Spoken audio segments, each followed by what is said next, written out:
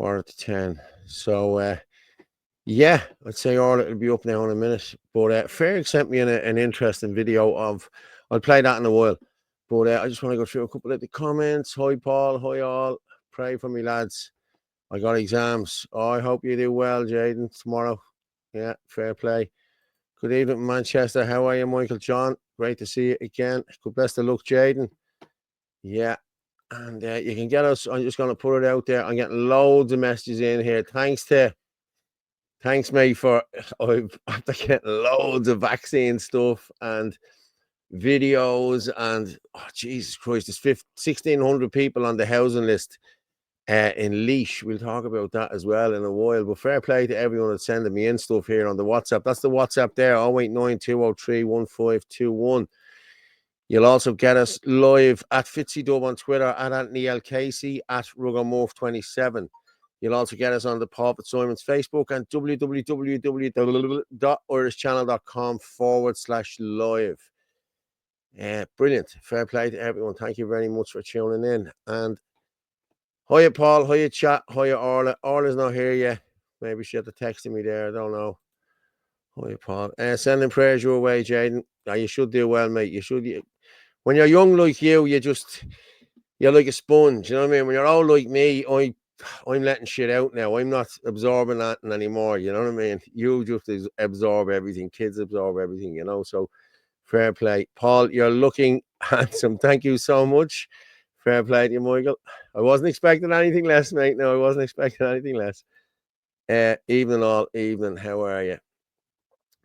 But I was sent in.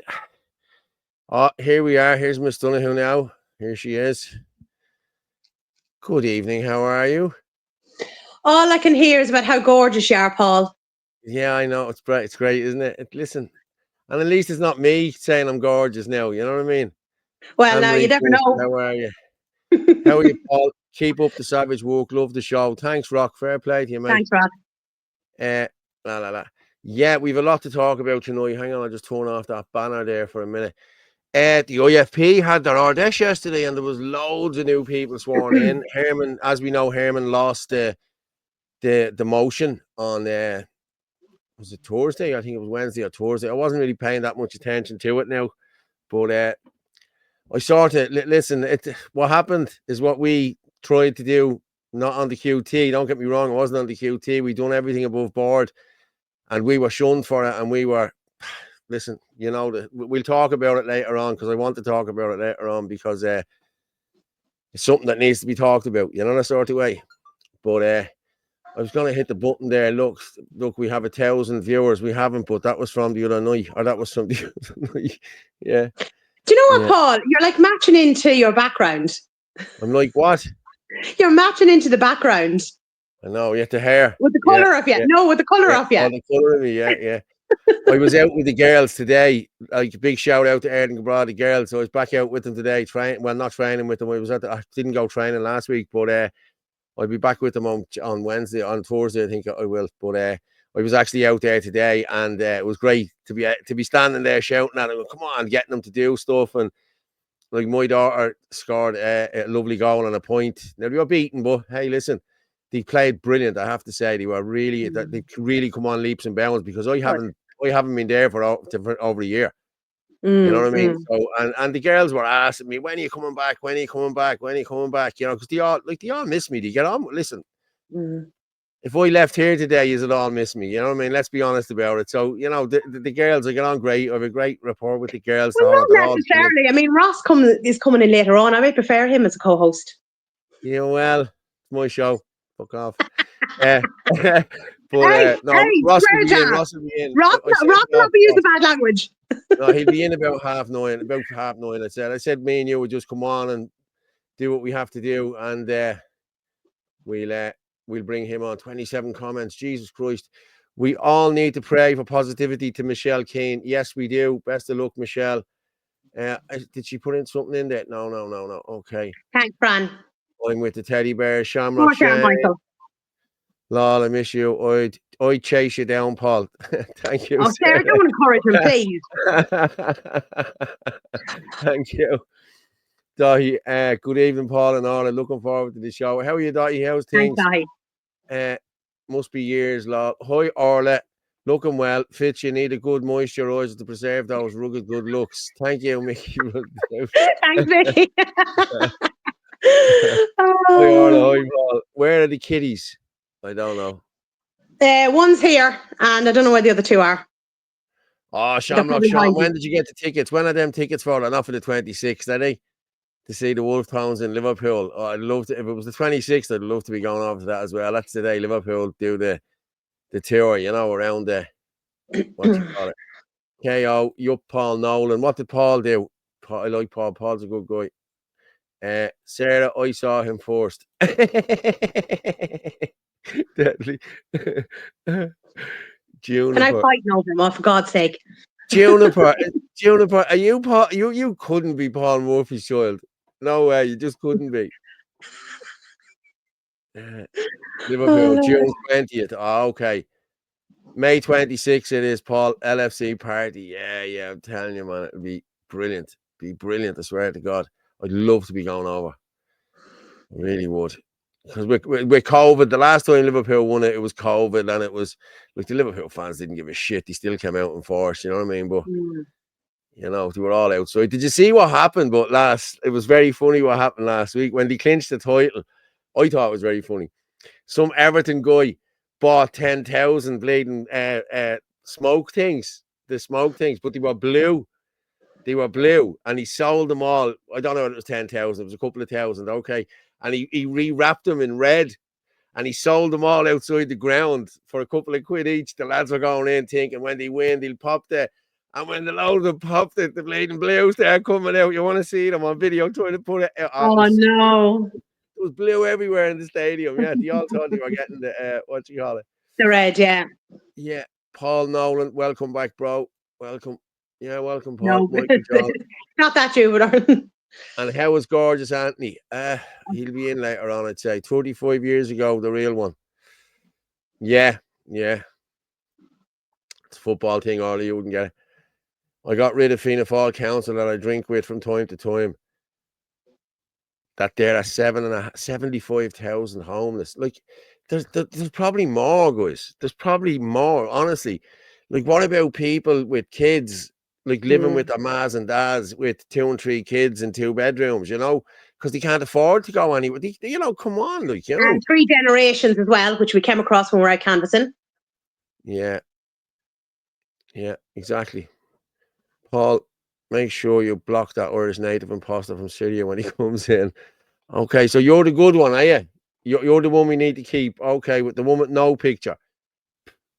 One of them little flies flying a bleeding around me. You know it's warm when they. Yeah. How are the cats, Orla? Des Finnegan. They are fine. As I said, there's only one of them here, Ario. I don't know where the other 2 have gone. Hiding. We've wonderful weather this week across the sea. It's like the benefit cuts to sick and disabled here. Yeah, they're doing it here as well. Like we're all means tested. Everyone is means tested. Yeah. If you're Irish, I mean, this is why I'm lying out in the sun. I'm hoping that I can just go in and be granted whatever. You know, I'll just say no English. I doubt if I'll get away with it now at this stage. Like, you know what I mean? They just tell me to stick out my tongue and they say, I know who you are. You'd have to do a picture up on the wall from the Sunday World. Yeah.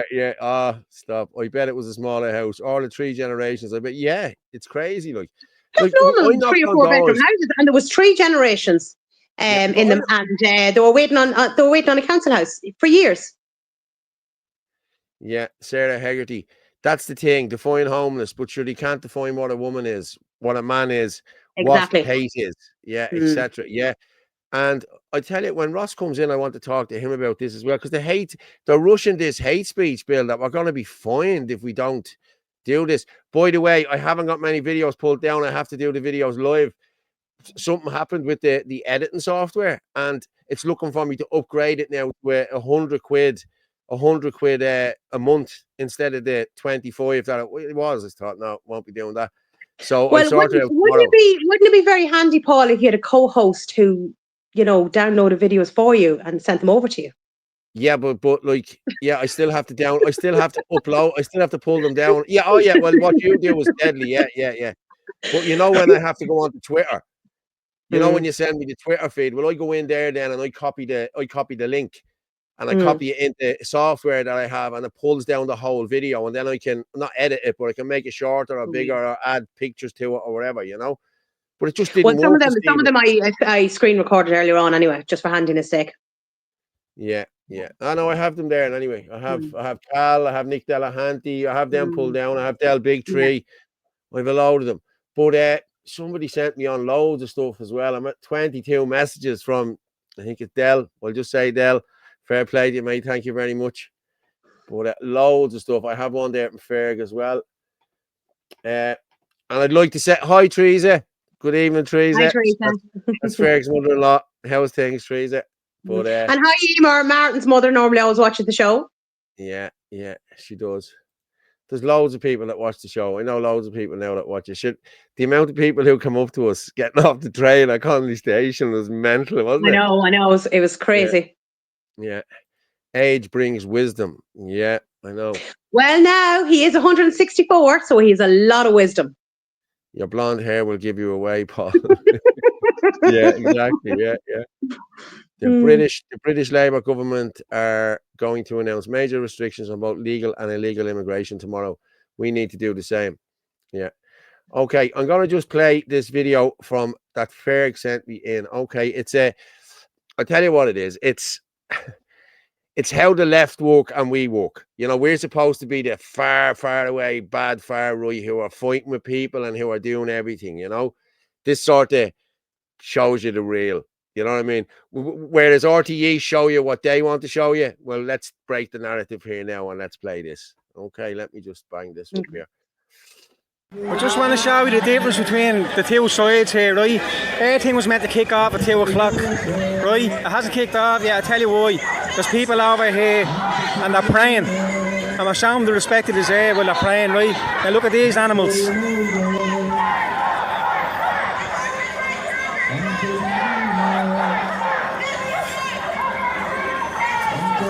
There's the difference, folks. Absolute respect.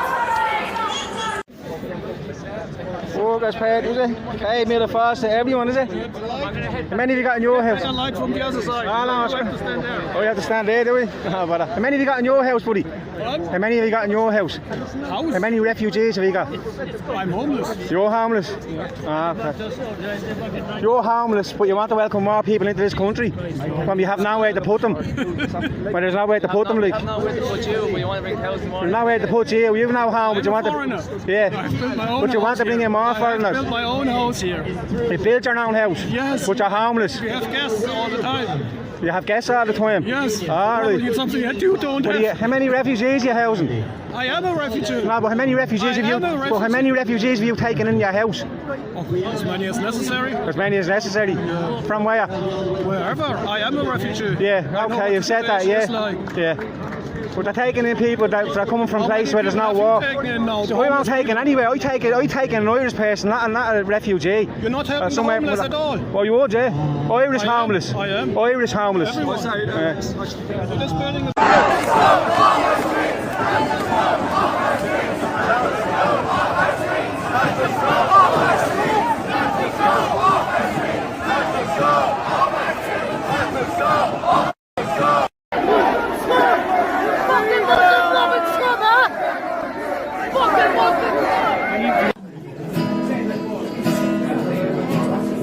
Night was dark and the fight was over. The moon shone down O'Connell Street. I stood alone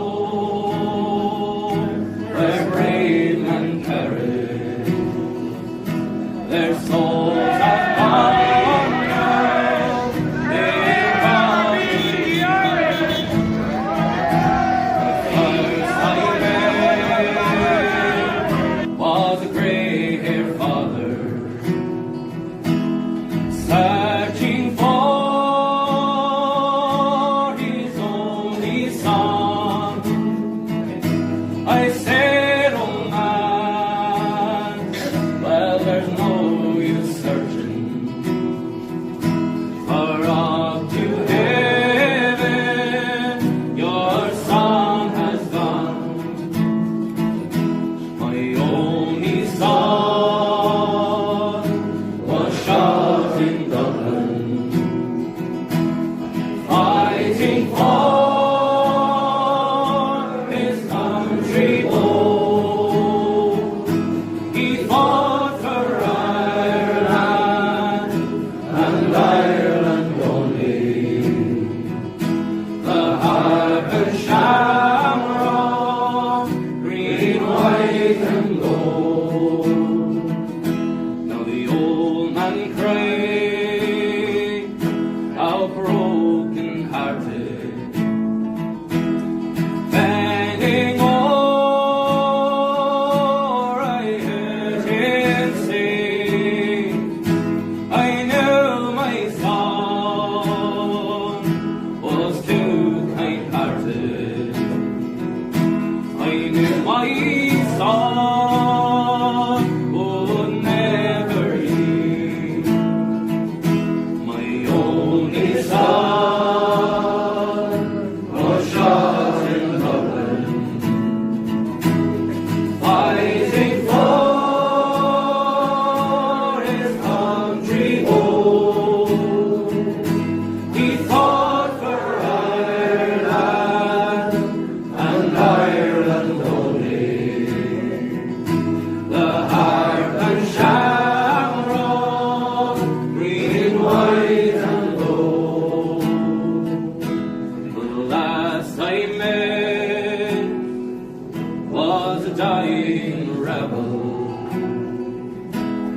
bending low.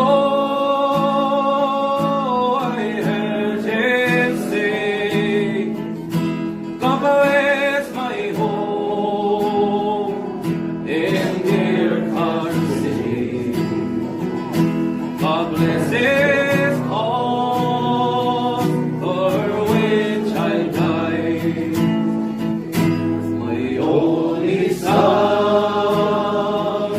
was shot in Dublin, fighting for his Thousands, sorry, isn't there? he fought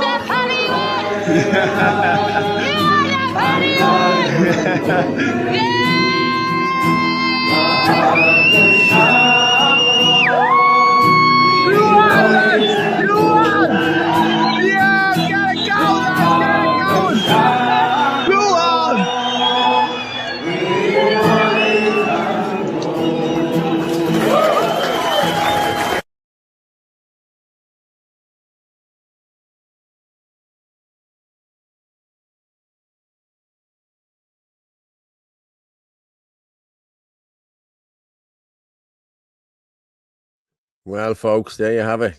Make sure you get down Brilliant. to Cork. But you can see, boy, like, I'm going to be honest, Orla, I've been to nearly every protest we've had. There has never been trouble at it. There's none of this crap shouting at these idiots, these useful gobshites on the left. But you see by their rhetoric, like you seen at the start of that video, that people were praying and they were shouting over them. This is what scum we have being paid by We saw NGOs. it, yeah, we saw it at the GPO, the aggression behind them. I actually loved Drew's comment where he said that was good for the soul. Thought that was really good. And Yeah. I just love just the pictures of Ferg and he's the flag behind him. I just love that. Yeah. I'm looking to do, how can I fix this fucker? It's green screen is not working properly there. Oh no, that way. Don't be showing the bodies now, Paul. They're supposed to be hidden away. No, I know. That's where all the lefties go. Yeah, but you can actually see it. They're just scum, like, you know what I mean? I seen it outside the Shelbourne first hand exactly what they were like. It was actually, I think it was the first day I met Gavin Pepper when I done the video with him and it went viral. And as the man says, the rest is history, like, you know what I mean? But that was the day. It was about 2.5 years ago. And the Shelbourne, it was the standoff of the Shelbourne. And they had about 300 there. And ours, there was only a handful of us, you know what I mean? And they were giving us terrible stick. And then by 2 o'clock, you couldn't move outside the Shelbourne. There was that many of us, you know what I mean? And they soon changed the tune, like, you know what I mean? They soon changed the tune. But they're scumbags. Good evening, all. I'm just home from Bundoran. Yeah, I'll tell you what I'm gonna do. I'm gonna check and see what's up there for Bundoran, and I'll pull it down. And well, I won't pull it down. I'll play it live here on the thing. We are all Nazis now, for fuck's sake. Yes, we are, and this is what they do. I can't even come home on business, let alone move back. There are no incentives to move back home. Yeah. We know. I painted Ferg. Ah, well done, Emmanuel. Good man. I think I've seen that paint. I seen a picture of that painting. Brilliant, yeah. Frank Conway. Hello Hey, there. Frank, how are you? How are you? Share this. That must be us. Like, share, comment, send it away to everyone. You know what I mean? The far left woke scum. That's exactly what they are. It's just... There are a few things more beautiful to see of Irish strikers, Irish people unite, and yeah, it's brilliant to see. And I think Cork is going to be huge, and I think Dublin again is going to be huge. You know what I mean? But just roll in there with their flags, with their banners, stand there and unite with the people, and that's just how it is, you know. And fuck the begrudgers and the horses they rode in on, really. You know what I mean? I don't really give a shit, like. But Nazi, we're socialists. Nazis, we're socialists. Yeah. Hi, Frank. Hello, handsome Frank. You're here, Michael, for God's sake. Yeah, you know what I mean? Come on. Emmanuel. Oh, Emmanuel. Yeah. Yeah, I think we're just going to bring Ross up now. Once he connects his devices, he needs to connect his mic and his stuff. Hello, Paul. Hello, Orla. Hi, Carol. JD, he's up for... Lol, Michael. Ireland First AC. All Ireland First AC. Lol. Okay. I'm not getting that. No. Okay, grand. But I don't know whether Ross is having trouble with his... Are you there? That's not me. You hear me? I can hear you all right. Yeah. Do you want to come in or do you want to... Sure. Maybe there's an issue with the camera.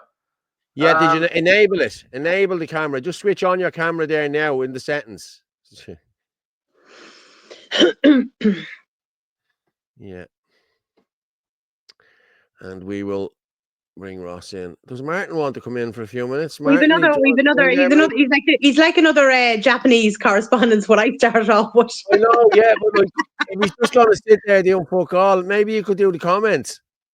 Oh, Martin. Oh, yeah. Yeah. What's the story? I was trying to behave myself. Hold on. I know you were, but you couldn't be doing the comments while you were behaving. Yeah, Martin, have you clothes on yet? Huh? Have you clothes on yet? Did you like that, Orla? Did you? Tech issues. All right, Ross is having tech issues, but he'll be in a few minutes. I go on to TikTok, and here's a video of Martin with no clothes on walking through the woods with the dog. Yeah. You're damn right. It was just the day. It was the day for. Yeah, it was fucking beautiful. I'm still a bit shaken, Martin, after it. It's actually pissing rain now. But my God, I tell you, the cloud seeding is working today. I'll tell you that much. Oh God. It was absolutely glorious sunshine this morning. So I said, you know what? I'm going for a walk in the woods with no clothes on, and I did. It was lovely. And then I decided to share. And I'm sure loads of people on TikTok have seen it. Have they? I've looked. You did the video. I did it. Yeah, up on TikTok. Yes. Yeah. Now, Michael, don't be getting too excited now. It's only from about here up, though. So you don't know whether you're naked or not. Mickey have to go with shorts on. I wasn't naked. I had boots on.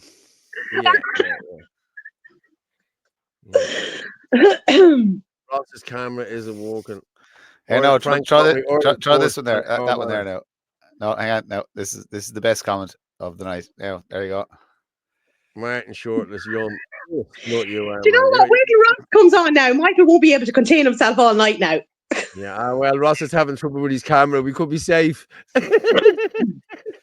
Oh Lord. Fair play to Michelle Keane for exposing the scum. Yes, but she's been doing great doing it a work. long time now. Yeah, she's doing great work. Hope you didn't flash your langer, Martin. Dennis.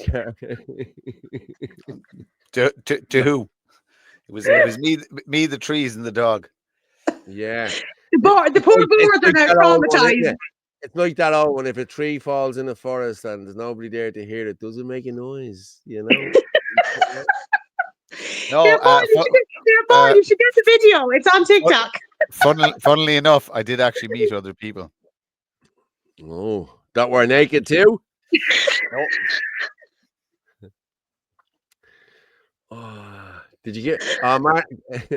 Orla, did you give Martin back his bank card yet? Kind of. I mean, there's nothing left on it now, but you know, but you're lucky trusting me with it. So what do you do? Mickey Tip, Ross is arrived. You gotta get that camera going. Ross. He's going to be poor Ross is going to go. What in God's creation have I signed up for?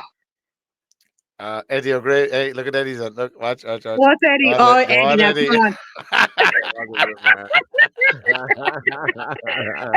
Jaden on tonight? Jaden, now you are just going to have the run of yourself now with graphics. Lads. Yeah. No. Eddie, in fairness, the dogging scene has gone to shite now. Like, 4 lads jerking off around a Ford Escort, like, for fuck's sake. Sorry, Orla.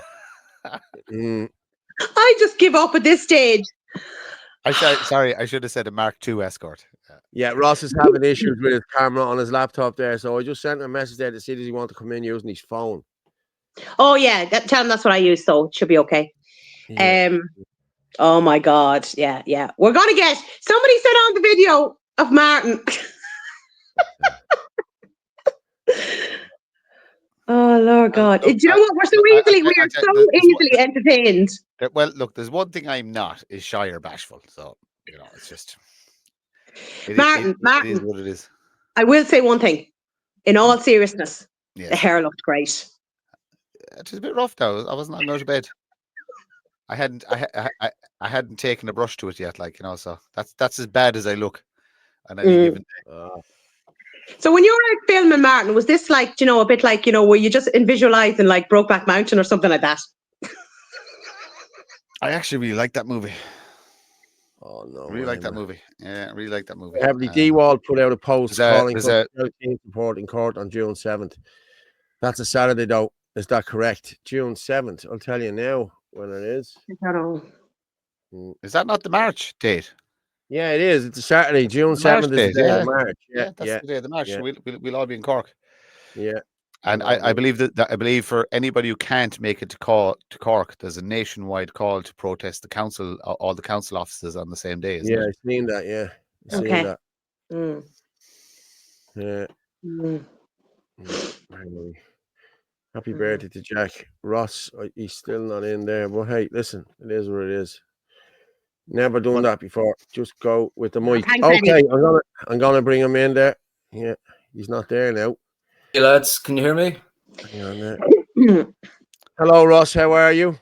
Not too bad, lads. I just walked into conversation something about Martin being naked or something like that. Yes, in the woods, Ross. Yes. In the woods. That's a peculiar place, huh? Man, I met you for the first time just recently. We did down in Cork, yeah. Yeah. And you too, Orla. I've seen you all over social media.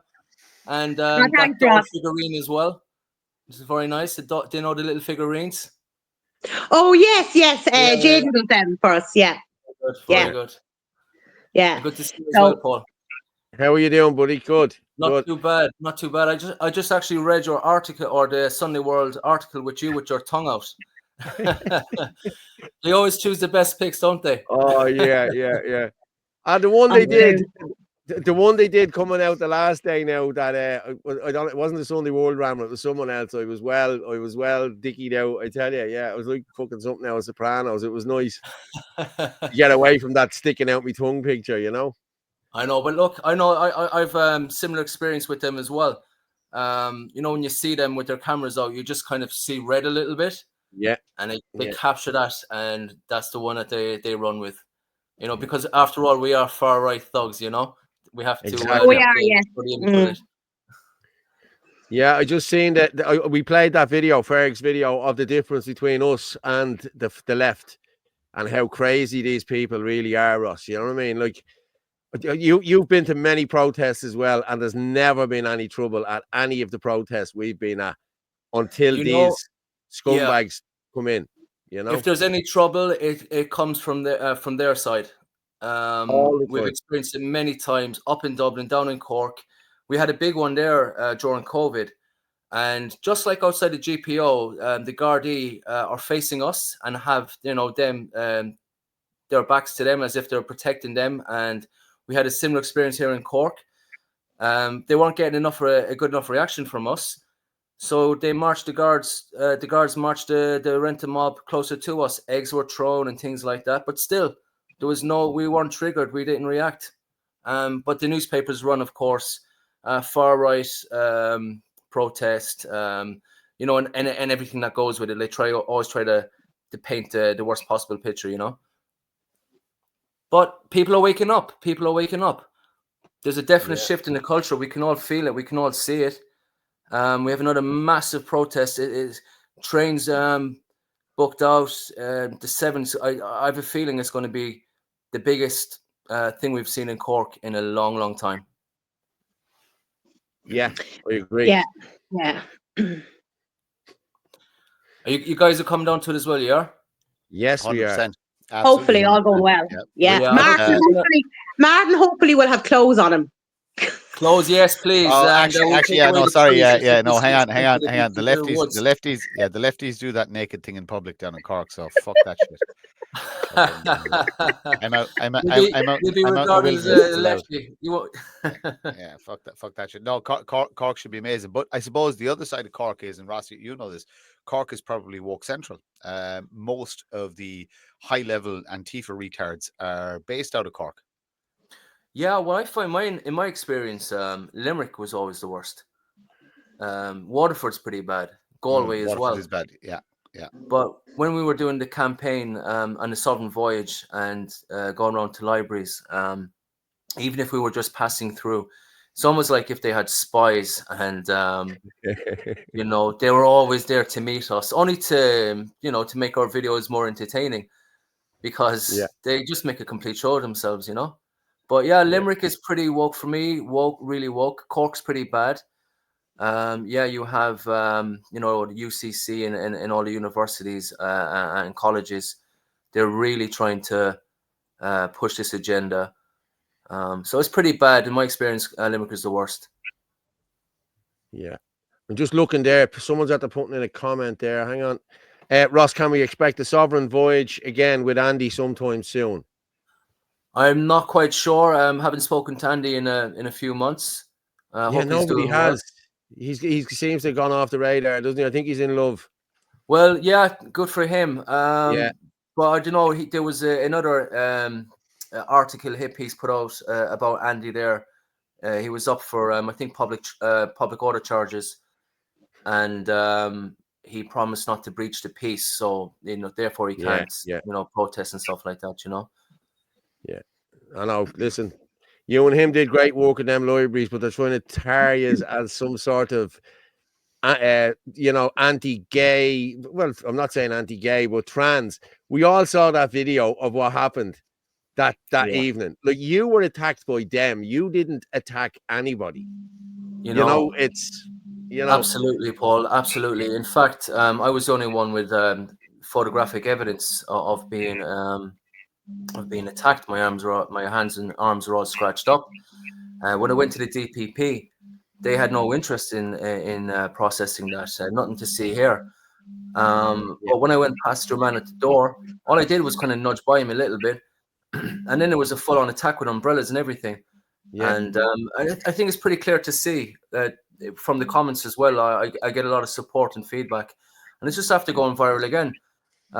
It's quite strange when you see this video pop up all the time. But the thing that strikes me is the people don't want this anymore. enough is enough. And I think the woke peaked in 2020, and it's just on a downslide ever since. And I think it's a good time for me. I have my appeal. I'm back again on the 22nd of this month, so I'm going to fight all the way. And I just think it's completely, we have these judges. The worst judge in Ireland, or even person in Ireland, for me, is Judge Martin Nolan. He's a total paedophile sympathizer. He's a complete, he's a guardian angel for pedophiles. And when you think of the worst person in society could be, you think of a pedophile, wouldn't you? Exactly, 100%. What does that make him, Orla? What does that make him? So if he's kind of like their guardian angel? Well, Ross, it doesn't make any sense. I mean, anybody, you don't even have to be a parent. Any crime against children is the worst thing possible. I mean, the very, very worst. And he is letting people off with suspended sentences. It makes absolutely no sense whatsoever. And he's getting away with it time and time again. But it's only us, as in nationalists, that are highlighting what's going on. Like, where has he been discussed up in the Dáil? Where's Fianna Fáil or Fine Gael or Sinn Féin or any of them bringing this out? It's the nationalists that are highlighting what Judge Nolan is at.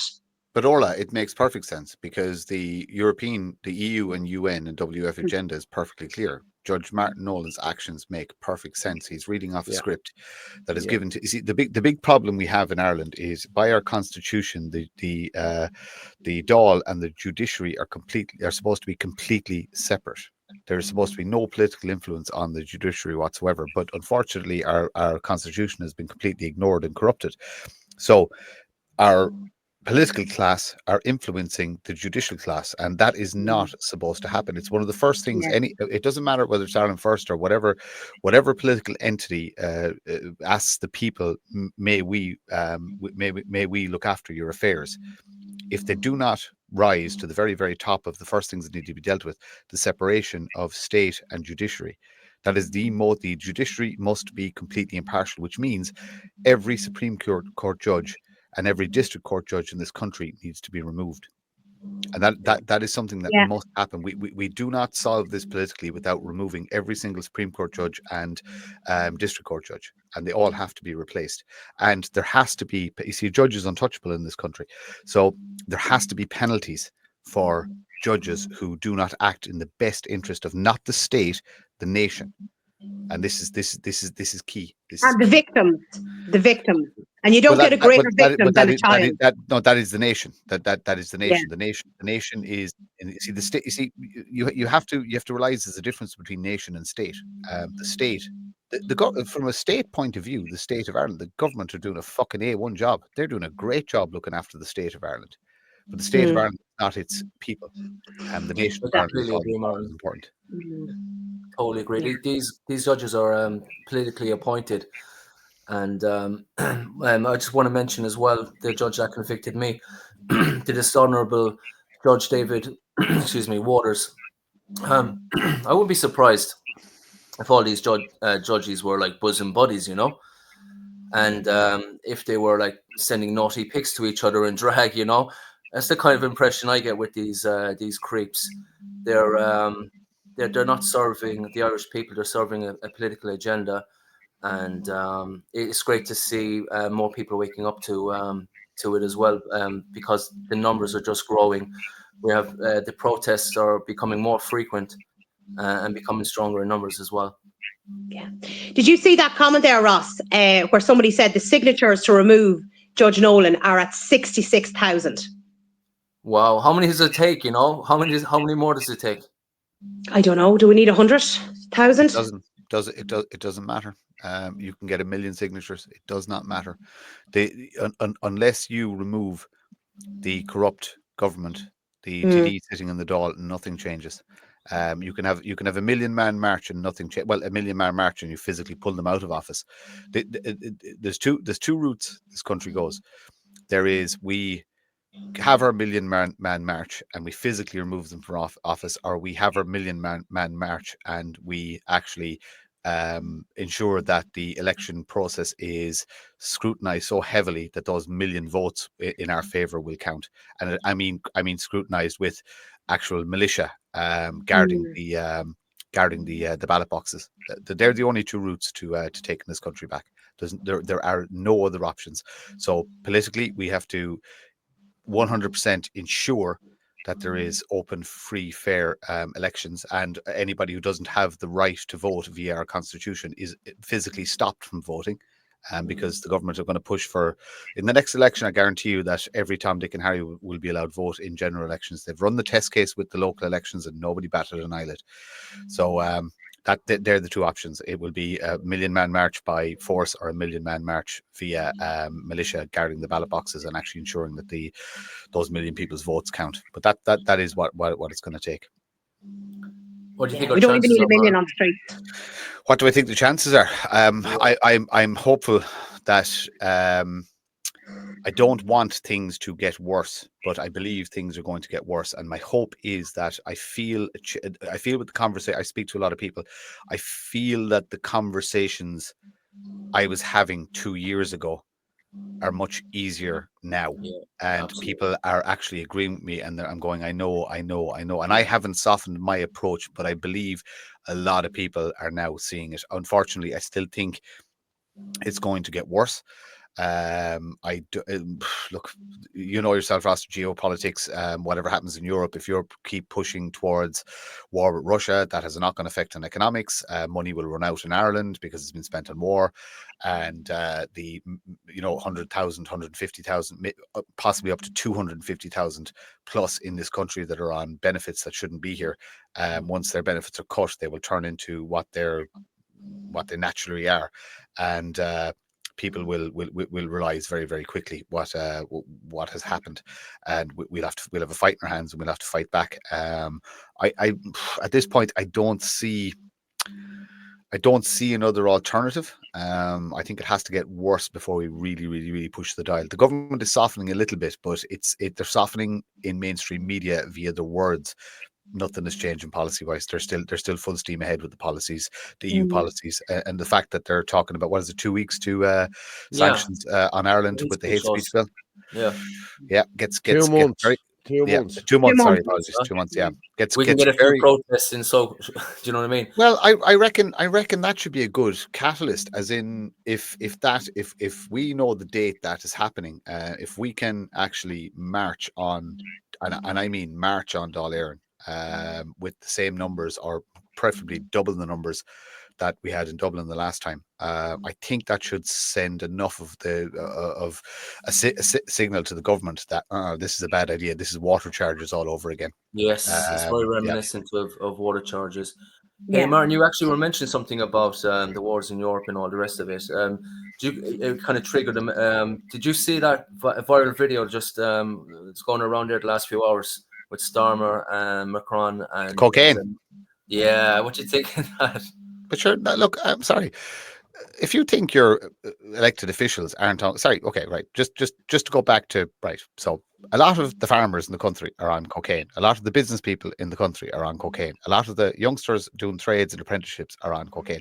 The country got absolutely fucking flooded with cocaine during COVID because there was nothing there to stop the shit coming in, and there was nowhere else for everybody to go. Our country, lads, I'm just going to bring Ferg in here. We have the one and only Mr. Fergus Power. Hello there, Ferg. How are you? I'll bring you in this way. How's things? Hey, Ferg. How are you? Hi, Ferg. Hey, Ferg. Oh, Jesus Christ. God. Right, Ross, we've had two lads fighting over you in the comments. Now Ferg's come on now. So listen, Jesus Christ, they're all going to go playing mad now. How's things, buddy? You see that deal of a flag behind me? Yes, I do, Ferg. I love you with flag. Yeah, I love it. We can't played see that video earlier. Yeah, good. We played the video you sent me earlier, and it just shows you, like, Ferg, you've probably been to every blade. It's breaking up on here. And we have never got into trouble at protests unless it's the lefties that do it. Have we, Ferg? It's always the same. Ferg has Bell's palsy there. I think he's froze. Yeah, I think he has. Hold on, he might come back up in a minute. He'll come back up in a minute, I'd say. Ferg's been from every pillar and post in Ireland. Yeah, it's fantastic. You started off with the Enoch Burke thing, wasn't it? Yeah. There he is back. You all right? He's gone again. He's at the going out and coming back in. Yeah. Well, that's where that's where I met Ferg, was at the Enoch Burke thing. Now, I used to see pictures of him the whole lot. Right. And I was in the area one day and I dropped in. I just parked the car and I walked around, and Ferg was there with another lady. I think her name could have been Helen or something. She was nice. She was an older lady. She was a lovely woman, but she was there all the time. And I stood there for an hour or two with him, you know what I mean? And then I headed off, and then I went another day. But like, I wasn't, like, he was there every day. I know. Rain, hail, sleet, or snow. Yeah. I remember actually Chris Sky from Canada came as well. It was like a circus. It was a good day. Derek was there. Andy was there, I think. Yeah, it was just a fantastic day. And look how that's international news now. That whole Enoch Burke situation, you know. Yeah. The world's eyes are on Ireland. Exactly. But for him to be locked up for that length of time was horrible. Like, you know what I mean? It really was. Yeah, shocking. Mm-hmm. So they took all his money. They cleaned out his account, but he's still showing up outside the school, isn't he? Yeah. Paddy Doyle is asking, where can I buy your wife's song? It's Bleeding Savage. It is very good. Now, I have to say, I had us all crying, hadn't I? But Liz is correct. You were crying. You know, Ross, Paul is a big soft touch. It's been a few times now he's been crying on the show. I can't imagine Paul crying. No, I can't imagine that. this show was recorded. We have the recordings. I wasn't crying. There was a bit of dirt in my eye, Ross. Yeah. Orla, we've seen Paul cry loads of times. What are you talking about? Yeah. Well, normally you want to give him a clip around the ear is normally when he cries. Yeah. I'm going to play the Gits video here. Okay, the video with the Git. So we'll play that and we'll come back. Oh, here's Ferg back. Hang on. Back. Let me see. Is he back up there? Get him in there. There he is. Now, hang on, I move him down here. The Wi-Fi is better in the car, Ferg, is it? Much better, Paolo. Ferg, I don't recognise. Is that you? Where's the flag? It's right behind me. Oh, behind him in the car. There's always a flag with Ferg. Yeah. I got the sleep back and the flag and all, early. Good man. Patter's on asking about your wife's song. He wants to know, can he buy it anywhere? Or download it or something? I don't know how you do it. I could send him a copy. If he leaves a number or something, I'll send him a copy of it through you, if they want to do that. I already have it there. Like, we have it there. I have the whole video there. You know what I mean? So if you just download it, if he sends me a WhatsApp, if he sends a WhatsApp into the WhatsApp group there, I can send it on to him. I have the whole video there. You know what I mean? And I think I have the audio as well. Like, I cut it to audio as well. So yeah, send it in there, lads, and I'll hook you up with that. I'll send it on to whoever wants it. Are we all buzzing about Ferg? I was just going to say, Ferg. I was just going to say, it's looking to be a big one. I think the biggest one we've had in a long, long time. Lads, I tell you, the buzz, everyone, I tell you, the amount of people from Dublin travelling down and all over the place, the north, the whole lot. I hope he gets a great show. He deserves it. They just put him into this from the start, and he deserves all the support in the world. 100%, 100%, and they're putting on more trains as well because they've sold out all the seats. We're going to see people from all over Ireland come here to Cork. Come here. Well, I was told, right, apparently there's an All-Ireland thing or something. There's something going on the same date, so they've held back 500 trains or something like that, or 500. Tickets. So they're waiting for the result of some GAA game to see what the crack is. But come here, don't listen to that fear-mongering either. I'd say you go in there that morning, you have no problem getting a train at all. Yeah. I'd say so, yeah. Yeah. I know, I'd say it'd be huge. You know, look, you're going to have Cork itself, you know, and never mind all the rest coming down. Yeah, we've had some good ones during COVID in Cork. We've had a few thousand people, but this is going to blow all of that out of the water. Yeah, it's going to be hopefully, interesting to see, you know, just the what the media might say about it. And I think they're going to have to change their tune. They can't all say that we're a fringe minority anymore, because you're basically calling the rest of Ireland far-right extremists for speaking out against the government. You know, so they're going to have to change tactic, I think. Yeah, and they Given can't the, hide the numbers anymore either. Like, do you know, because of all the videos, so you know, it was very obvious. given the You know, the momentum, amount on yeah, the streets. given the momentum, right? So basically, the huge turnout in Dublin, Cork is trending massive. Who's calling Limerick? Who's calling Waterford? You know what I mean? That basically we need to do every city in the country, one after another after another. Every month it should be every single city. Kilkenny needs one, Waterford needs one, Limerick needs one. You know what I mean? That Galway needs one. You know, Galway gets overlooked a lot. When there was no real big nationalist protest in Galway, and it's definitely one of the Walker cities. It is, yeah. So I'd say that one of the big names with the big reach needs to call another city. As soon as Cork is done and dusted, call the next city, and after that, call the next city, and we'll keep going. We keep going all summer long. Yeah, just protest after protest after protest. When every city is done, start again in Dublin. You know what I mean? And then some of the bigger midland town, inland towns, Athlone, fucking Tralee, fucking, the problem is all over the country. But you have to have a voice behind the call. You know what I mean? And once that voice calls it, everybody will come to the banner. They'll bring whatever colors they're under. So like I said, I'll put that shout out now to somebody with a voice in Limerick, Waterford, Kilkenny, Galway, wherever. You call the next one, okay? Straight after Cork, call it straight away, because we'll be there. All of us will be there. Every single one of us will be there. yeah. There's an appetite for it now, and I think it's catching on. There's also, they're brilliant and have a camaraderie and getting to meet people and the whole lot, but if it's not mixed with direct action, there's no point in it. That's being honest, lads. I said this in an interview with Rick Moon.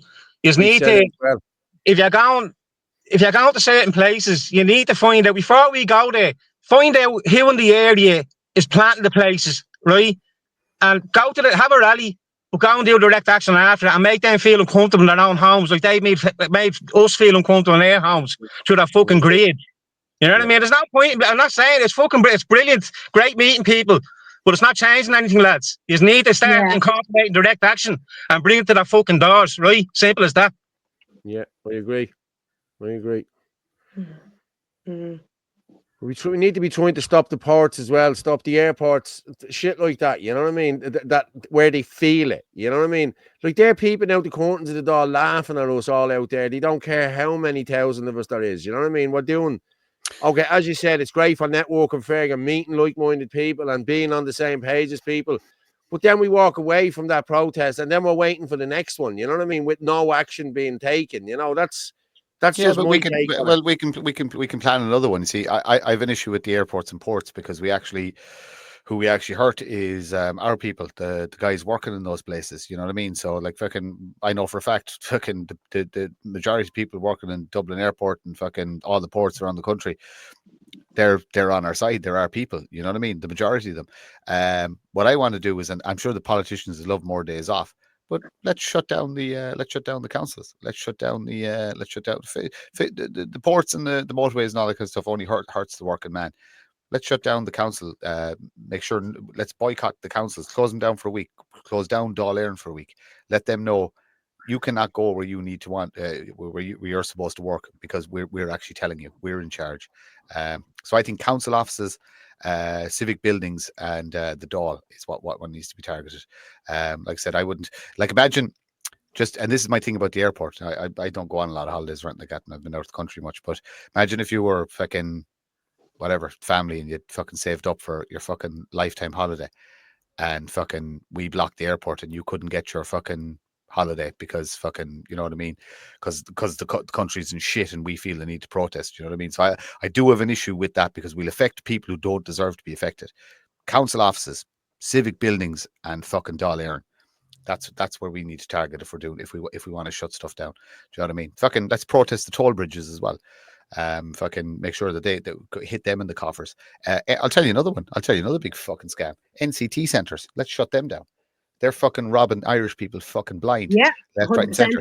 A Spanish fucking company that is fucking put up the increase the cost of a retest, and fucking the fail rate since the fucking TV program has gone through the roof. I work in the fucking trade. I know what they're fucking failing on now. It's a complete fucking scam. Martin, language. Sorry, apologies. Swear jar, ding. Apologies. But I'm passionate about this. But they're heading out to to Malaysia and bringing in Filipinos who'll work for pittance, work 12-hour shifts for minimum wage, that aren't trained mechanics, knocking an Irish person out of a job, and then punishing an Irish person for No life. I'm not joking you. The stuff I'm charging people money to do jobs on cars that don't need to be done. It's as simple as that. And they have to pay me, and then they have to go and pay another 40 euros for a Filipino who was brought over here by a Spanish company. So why is a Spanish company running one of our national centres? Yeah, exactly. You know, yeah. So you want to hurt people in the coffers. You know, don't hurt the ordinary working man. You protest the state infrastructure, NCT centres, tax offices, council offices, Dáil Éireann. That's what you hit. Yeah. Well, we got to do something, lads, because we know we need to step it up a level here. I do think the numbers are fantastic, and they're growing and getting stronger. But we need to, we just need to. It's not gonna. We need to do something that's going to have an effect. But it's just, yeah. Sorry, lads. No, you're right, Ross. No, you're right. No, Like, go ahead, Ross. you know what you're saying. Look, it's all well and good, the protests, but we need to be doing more than just the protests. You know, and I think what Martin was saying is right. Like the NCT company, like they're failing people on the most stupidest things. Like one little bulb is gone, and then you're charged a fortune for it. Like it's absolutely ridiculous. Everything is a money racket in this country. You know, so I mean that's a good idea, Martin. Actually, with the NCTs, I'd be quite happy to annoy them. Yeah, but sure, why not? Other ones, right? There's the corruption runs so deep. I'll throw some other names out there. Aldi's and Lidl's. None of their profits reside in the country. They don't employ that many people. They say that they're great for business. Most of the stores employ an average of 18 to 20 people. They're not massive employers. They work people to the bone. Yeah, they claim they pay. We pay great money. They don't. They work people to the bone. None of their profits reside in Ireland, and they don't declare their profits, so you don't even know if they're paying enough tax. So many companies like that in Ireland. Pennies is another one. Should be completely and utterly boycotted. What's another one? Who else pissed me off? Guineas selling fucking prayer mats and hijabs. Boycott them. Barbers, right? Those useless barbers with no customers. Those vape shops with no customers. Those mobile phone shops with no customers. Yeah. Boycott them. Boycott them. Stop buying food or chippers in like the old Italian chipper. It's grand. They're here with years. The old Chinese restaurant, the grand. They're here with years. Never caused any trouble at all. Right? Your new chip shops that are 5-10 years that are run by those people from Middle Eastern countries and other countries, boycott them. Stop spending your money there. That's it. Go to an Irish barbers, Irish chippers, any Irish shops. Yeah, economics. Okay, we could do with economics. And Ross, I hear what you're saying, but we all have to watch our P's and Q's. Those conversations best not had on the Irish column on a Sunday night. But, absolutely. But it's tipping away and it's ticking away, and they're. Like I said, it's not in my wheelhouse. I don't mind saying that. You know what I mean? But there are others, it's in their wheelhouse, and there are things moving and shaking around the place. And look, you don't need to. If you're in the know and you're on a podcast, then you're not actually really in the know. Do you know what I mean? So it's that's what I always say as well. Anyone that says that they know exactly what's going on, I don't think they do. I don't think any of us have. I mean, we have certain truths like COVID was a total tyrannical takeover. What they're doing with the immigration is completely off the charts. But like, I don't think anyone has the full picture that knows exactly what's going on, what's going to happen next. We just don't know. You know. But you look at the new guy, Ross, from that's taken over. He looks like a Bond villain from the WEF. I actually sent that video on, Paul, and he wants to charge people for water that it's not a human right, for water to be free. And he's taken over from our old pal Klaus. So we're going from terrible to absolutely horrendous, taking over the WEF. It is quite funny how they... so much to look forward to now. I didn't hear that. I didn't hear that he wanted to charge people. What did you say? Yeah, I have the video. I sent it on to Paul, yeah. He's the CEO, or he was CEO over at Nestle. Yeah. That's actually worse than you'll own nothing and be happy, Mm-hmm. That's they're going in a very downward track here. This is a picture that was sent on here now. This is me, obviously on the right. Anthony and Murph. I don't want to be the Flash. I want to be Batman. Yeah, they should probably do that with the clothes off, Martin. Yeah. Who am I, the Green Goblin or something? No, Green Lantern. Green Lantern. That's Green him, Lantern, yeah. And who's Batman? Is that supposed to be Anthony? Yeah. Oh, look who you're hitting in this one, Martin. Well, we'd never fight, Paul. Yeah, no, I know. Well, hey, I love. there you go. love. You must think I'm a very violent individual. That there's always a weapon in my hand for some reason. You can go to bed now, Jaden. We call you like a warrior, Martin. Huh? Jaden is up at 3 o'clock now. He has tests tomorrow. He has to go into school and do, or not, whatever he's going, college. So good luck, Jaden. Please God, you'll do well, brother. Yeah, good luck, Jaden. Best of luck, Jaden. Yeah. Paul, can you pull up that video from the WEF just while we're talking about it? Which one was that? I downloaded it, so like it should be ready to play. Paulo. Sorry, Ferg. Yeah. Out the bounce, lads. Come here. I just wanted to say something before I go. The whole Ukrainian thing, everything after it, up to now, and all these criminals getting brought in here, it's all a distraction for the genocide of our people. Going on 23,000 excess deaths now. And I've said before, certain people don't want to talk about it. A genocide of our people, and certain people over here don't want to talk about it. It's an absolute disgrace. But that's what it's all about. It's distraction after distraction after distraction, right? Yeah. And at the end of the day, all these criminals can be sent home. Ava O'Brien's not ever going to come home again. Yeah. Or all those other people murdered, but medically fucking murdered by them scumbags in the government and Big Pharma and the whole lot. And that's what they're covering up with all these distractions. And it needs to start getting spoken about, lads. Big time, like. Yeah. I'm going to go to the whole lot of you, yeah? Early good, Brad. Fair play to you, Ferg. Good night, Ferg. Thank you. Tomorrow. God bless. Thank you. Thank you. Cheers, Ferg. Yeah, I just wanted it. I'm just in relation to what Ferg is saying there is I drafting a policy in relation to crime punishment and reparation for COVID damage. So Ireland First is working on it. It's not ready yet, but it will be a very, very good policy, and it will hold everybody who was complicit accountable. Everybody who engaged in propaganda, everybody in the state who pushed it, everybody who funded it, pharma CEOs, etc., etc., etc. It will hold them all accountable. It's pie in the sky unless we actually get into a position to enact it. So that's the big thing. But that policy is being drafted as we speak. Unfortunately, these things take a long time to scrutinize and go through and stuff like that. Actually, can I just give a shout out to a completely selfish Ireland First thing? I'm going to be hosting members Ireland First policy scrutiny session. So an hour-long session where I'll go through the policy and allow Ireland First members exclusively to basically scrutinize, ask questions, etc., etc. It'll be semi-interactive like this. They'll put in the questions and I'll answer them as best I can. So that will be taking place the next couple of Wednesdays, probably between 8 and 9. So you'll get a link via email. And a link, basically, if you're in one of the WhatsApp groups, you'll get a link there as well. So it'll be myself and one other AC member going through the policies we have so far, and then you get to fire in questions and scrutinize and give suggestions and give ideas. So thanks for that, Paul. Yeah, no matter. Ross, what do you think about accountability for all the convict shots? I think that the evidence is like an avalanche. It's just going to crash down on them. You have whistleblowers all over the world. A little while back, New Zealand doctor, he basically exposed the whole scam.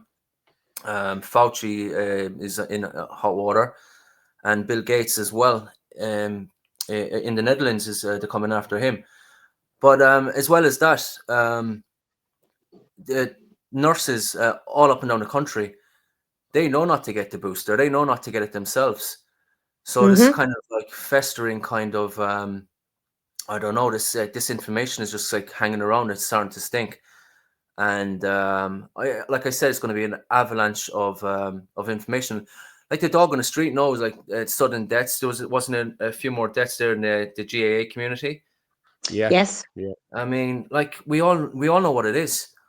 But for some reason, like the government just stays silent on it, and there's no accountability. But I think that's another reason why there's lots of people coming out on the street, because there's no trust in the government. I think COVID did a lot to take away the credibility, and I think it's just going to get more information is going to get out over time, and it's just going to be undeniable, and they're going to have to face the music, hopefully sooner rather than later. Yeah, well, there you go. I just shared that there. A 2,000% increase in fetal deaths following COVID-19 vaccines, but the CDC in America still recommends them for pregnant women. Like, I pregnant have a women video on that, shouldn't be Paul, as getting... well. What? I have a video I sent on to you as well. It's only about a minute or so long, but it's very good. It's from a doctor. If you look at the sudden and unexpected deaths in the US, look, 2020, there was 49,000. The vaccine was rolled out 2021, there was nearly 80,000. 2022, 75,000. And 2023, 44,000. We all know what happened in 21 and 22. You know what I mean? Yeah, and then exactly. I'm going to move this on here now. Top experts sound alarm over white fibrous clots from deceased mRNA vaccine patients. And this is it here. Do you see them there? This is from John O'Looney. These were pulled out of people. Like the morticians are finding these things, and the pathologists are finding these things, but nobody is talking about it. You know, it needs to be spoke about. It needs to be brought to a head. Like, you know what I mean? John O'Looney's been doing it in the UK for years, you know, but there's nobody here talking about it. We have Marcus de Bruin probably and a few others doing it. It's not but sad. Other than it's that, not sad, and Barry from Wake Up Era, I have to say, are doing savage work on this. Savage work. You know, I'll stop sharing that there. Isn't it sad? Sorry, it's like, what were we saying? It's really sad. I mean, it's the most treacherous, soul destroying. Like, they've killed lives, they've destroyed business, families were ripped apart. It was only a couple of years ago, and people don't care about it anymore. Oh, that's old news. You know, what's next? You know, they want to talk about Ukraine and Trump. They love saying how much they hate Trump and all that. But yeah, they've forgotten about COVID, and it's the biggest thing that they've done to us in our lifetimes. You know. But it's the problem, Ross, as well, of them trying to normalize that. You know, it's perfectly normal for people in their 20s and 30s just to be dropping dead. Yeah. That is not normal. We now have like 12-year-olds dropping dead. That is not normal. There's kind of posters in America that it's not so unusual when young people have heart attacks. You know, they're trying to normalize it. Yeah. Yeah, and we see, because that's not up on RT or Virgin Media, you know, most people aren't seeing it unless they're watching. We'll say something like this show, or they're listening to Spaces or whatever. You know, it's all been hidden away, and that's why a lot of people don't. You know, they're not copping on either that, or they're asleep to it. They don't want to know. Yeah. You know, but it's just shocking. What's that, Paul? Well, I'm just after reading the comment there. Orla distracted me a little bit. Are the lads fighting over you again, Ross? Are they? Oh my God. I know you're going to be sorry you came on this show now. Jaden next week now will have a cartoon of you. Getting all blush here. Yeah. Sorry, lad. I don't get it every night, Ross. Don't worry about it. I get it every night. But here's an Ontario man filed a $36.5 million lawsuit against Pfizer over son's death. So a lot of people are fighting out against this. You know what I mean? They really are. You know. See, it's mostly over in America, though. We need it more here. You know, I have an article I need to put out tomorrow on Facebook, but in relation to the shots, like, you know, because I don't use the V word, Ross. I just call them shots, jabs, injections, because they actually, any of the doctors I would have watched over in America, they always said, don't call it the V word, because when you say that word, it sounds something positive. But if you say the word shot, jab, injection, it doesn't sound as good, you know? So that's why I always use those words. Even, it's so funny, people will be laughing at me. Even when I go into the vets now and I'm bringing in the kittens, I'm like, oh yeah, no, I need to book them in for their shots. I don't even use the V word for the animals anymore. You were speaking there, Ross, about athletes, about young kids and all dying. Well, there you go. The number of athletes who have died of cardiac arrest in the last 2 years is roughly equivalent to the number that had died in the prior 38 years. My God. You know, so if that doesn't, you know. Wow. Yeah. That it's crazy, isn't it? I don't know what would. Yeah. Exactly. Can you play that video, Paul, in relation to the pregnant women? Because that's actually very good. Hold on, was that you sent me that? Okay. Yeah. Did I put it down? Orla. The bleeding hell out. There you are there. Is this the one with Del Bigtree? No, that's another one. That's actually very good as well. That's in relation to autism. Okay, hold The on. other one is a lady. I'm a lady. Him? No. Hold on. Jesus Christ. Oh. No, I'm looking at thought leaders, the documents from the trials. No, I don't want that. I have a man here, a doctor, talking about some product that's on the market, Orla. Should have been underneath listed what it was. No, it's not saying. I've no video here for it. I'll probably find it later on when I go on. Yeah. But you can put up if Dell's there, put up Dell's one because that's actually very good. I had that. Okay, let's go with Del Bigtree, people. For anyone who doesn't know who Del Bigtree is, he's the man that's exposing all the vaccine injuries in the States. His show is called The High Wire. Yeah, and it's well worth. Just can I just give a shout out to Pada there, because Pada, there you go, Pada. He's on the trans out job. I'm on that myself. But Pada, he asked for Murph to give him a shout out, and he didn't, and he's at the bank getting tick in the comments. So Pada, shout out to you, Pada. Bigger lunatic to run this thing. One of those people that stepped out. Oh, sorry. That's you can play that. That's actually in relation to the water. Has now entered that space. The former CEO had Peter Breivik-Latt. Es geht darum, ob wir das normale Wasserversorgung der Bevölkerung privatisieren oder nicht. Und da gibt es zwei verschiedene Anschauungen. Die eine Anschauung extrem, würde ich sagen, als Mensch soll He looks like Barry Keohan's da. Wasser zu haben. Das ist die eine Extremlösung. Ja? Und die andere, die sagt, Wasser ist ein Lebensmittel, so wie jedes andere Lebensmittel, sollte das einen Marktwert haben. That may be one of the most chilling things that I've ever seen. This radical extreme idea that water is a right is now going to be the head of the WEF. Wow. Yeah, now there you go. Water is a right. Yeah, there you go. The other one with Dale is he's sitting down talking to somebody. There's no sound. We're living in a fucking Bond movie. Sorry for cursing again, but like they all look like Bond villains. He's got the weird bloodshot eye. Oh yeah. Klaus before him, you know what I mean, looked like fucking Blofeld, like. Yeah. It's so strange. Sorry, I was on mute there. What did I do to Patter? I was gone for a while. What happened? Fitzy's on mute now. You're Paul. You're muted. Sorry, Pada asked when Murph give him a shout out, seeing as though you gave someone else a shout out there a few minutes ago. And you ignored it. Sorry, I didn't ignore it. It's all right. Okay. You didn't see it. Just in case anybody doesn't realize, there's when we're in the studio, there's a chat. The chat is open on the right hand side of the screen, but like you've no idea how fast the chat moves because we get so many interactions. It's actually hard to keep tracking. So apologies if I miss somebody, especially you, Patter. Apologies. What was the shout out? We all know Patter. He knows that. Yeah. Paul, I've just re-tagged you on that video. I've just re-tagged you there now on the WhatsApp.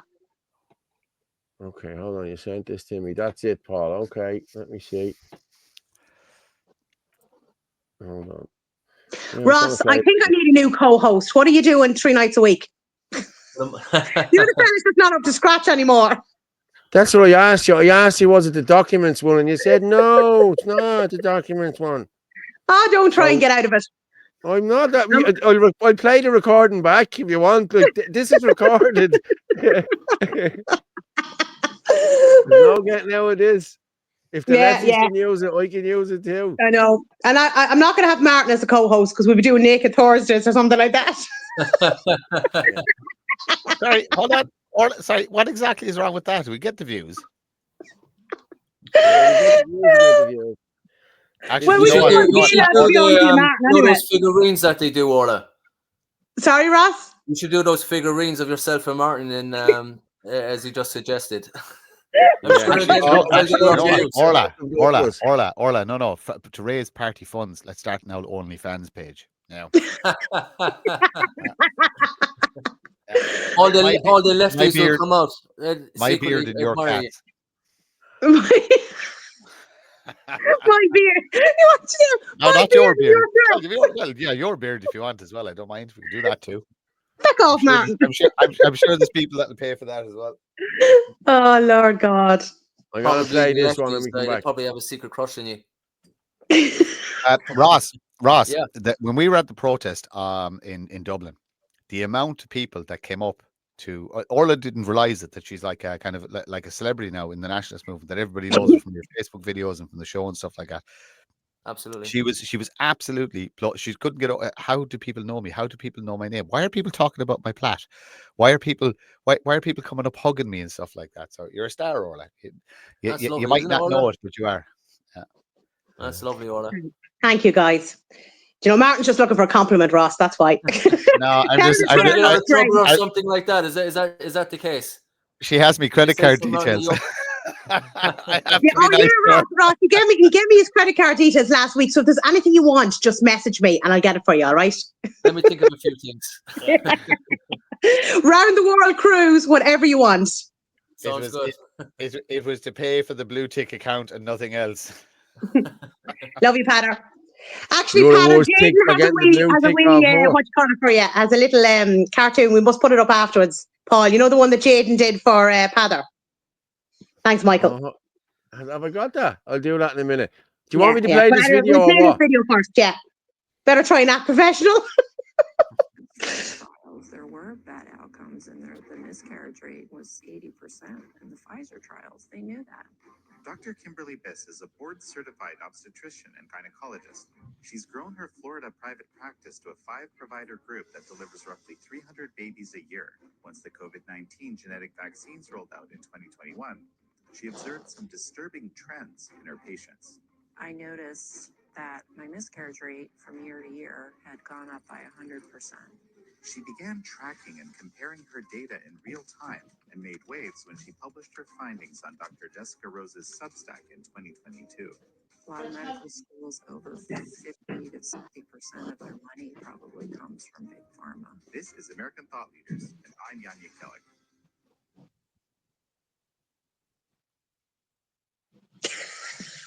You're more famous than Paul, and it's his show. Fuck off you. Oh, thanks, Tanya. I really like you. What did you say to me? Was it one Jaden sent me? Is that what you're talking about? Yeah, Or Jaden Patter? sent one. Do you know the way there's myself and Sarah's in it, and it's especially for Patter. Oh, hold on. Now, yeah. Ross, we do excuse what Patter's going to come back with, right? But he is talking about my cats. Yeah. Okay. Yeah. So just prepare yourself. All right. Looking forward to it. Actually, Yeah, Orla, this is it here. Yeah. Orla, you ain't seen cats, you've seen Gentle Poets cats. Oh, yes, the Maine Coon ones. Yeah. Oh my God. There you go, Patter. Kitten talks with Orla and Sarah. P.S. Patter is not allowed. You'll be in the middle of that there, Patter, won't you? Go on, I'll take you down there. Oh, Lord God. Who sent me? You know what? You see, you don't get this crack on, what you call it, news talk. No. COVID-19 uptake in Orange Weekly Report Spring. Okay. Hold on now. Let me just put this out here. Someone just sent this on to me. This is the COVID-19 vaccine uptake in Ireland Weekly Report Spring Campaign 2025, week ending 27th of April. Number of boosters. This is from the 1st to the 3rd, 25 to the 27th of the. This is only a month and a half, like. Right. 10,000 people between 70 and 79 have got the boosters. Jesus Christ Almighty, are people these old people they I'd say these are people in the scared nursing homes and things shitless, like that, yeah. 80 plus 36,000. Jesus Christ. 70 plus 46,000. Immunocompromised 6 months plus 4,622. And LTCF residents, is that care facilities, yeah? 17,850. So they're still pumping these into people's arms. It's no wonder that the mortality rate has gone up. But I can give you an example in my own life where I know of a human that's very close to me that had to physically stop a doctor injecting her mother. I mean physically stop him. Jesus Christ. And this doctor still operates a practice where it's only one person. He's still operating under COVID restrictions. You have to remember he's getting what 60, 80 euros a pop, like. Yeah.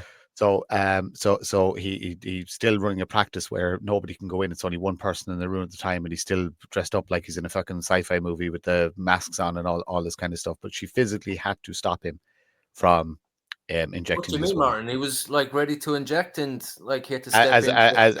As in, she forced her way into the room to say this is not happening. And this is it. He was trying.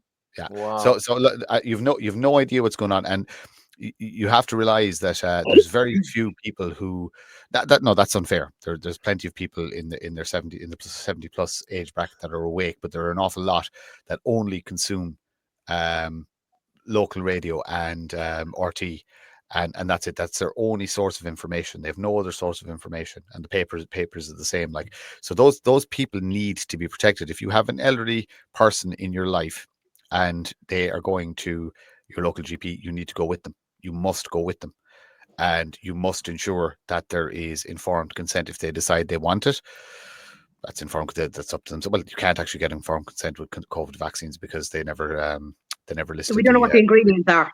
Yeah. But what I'm saying to you is, if you are a carer for an elderly relative or person, go with them to the GP and ensure that you're there, because the GPs, the majority of them, they only want 68 euros. They don't care about the consequences because they know they've already been indemnified. So, go with them. Protect your parents.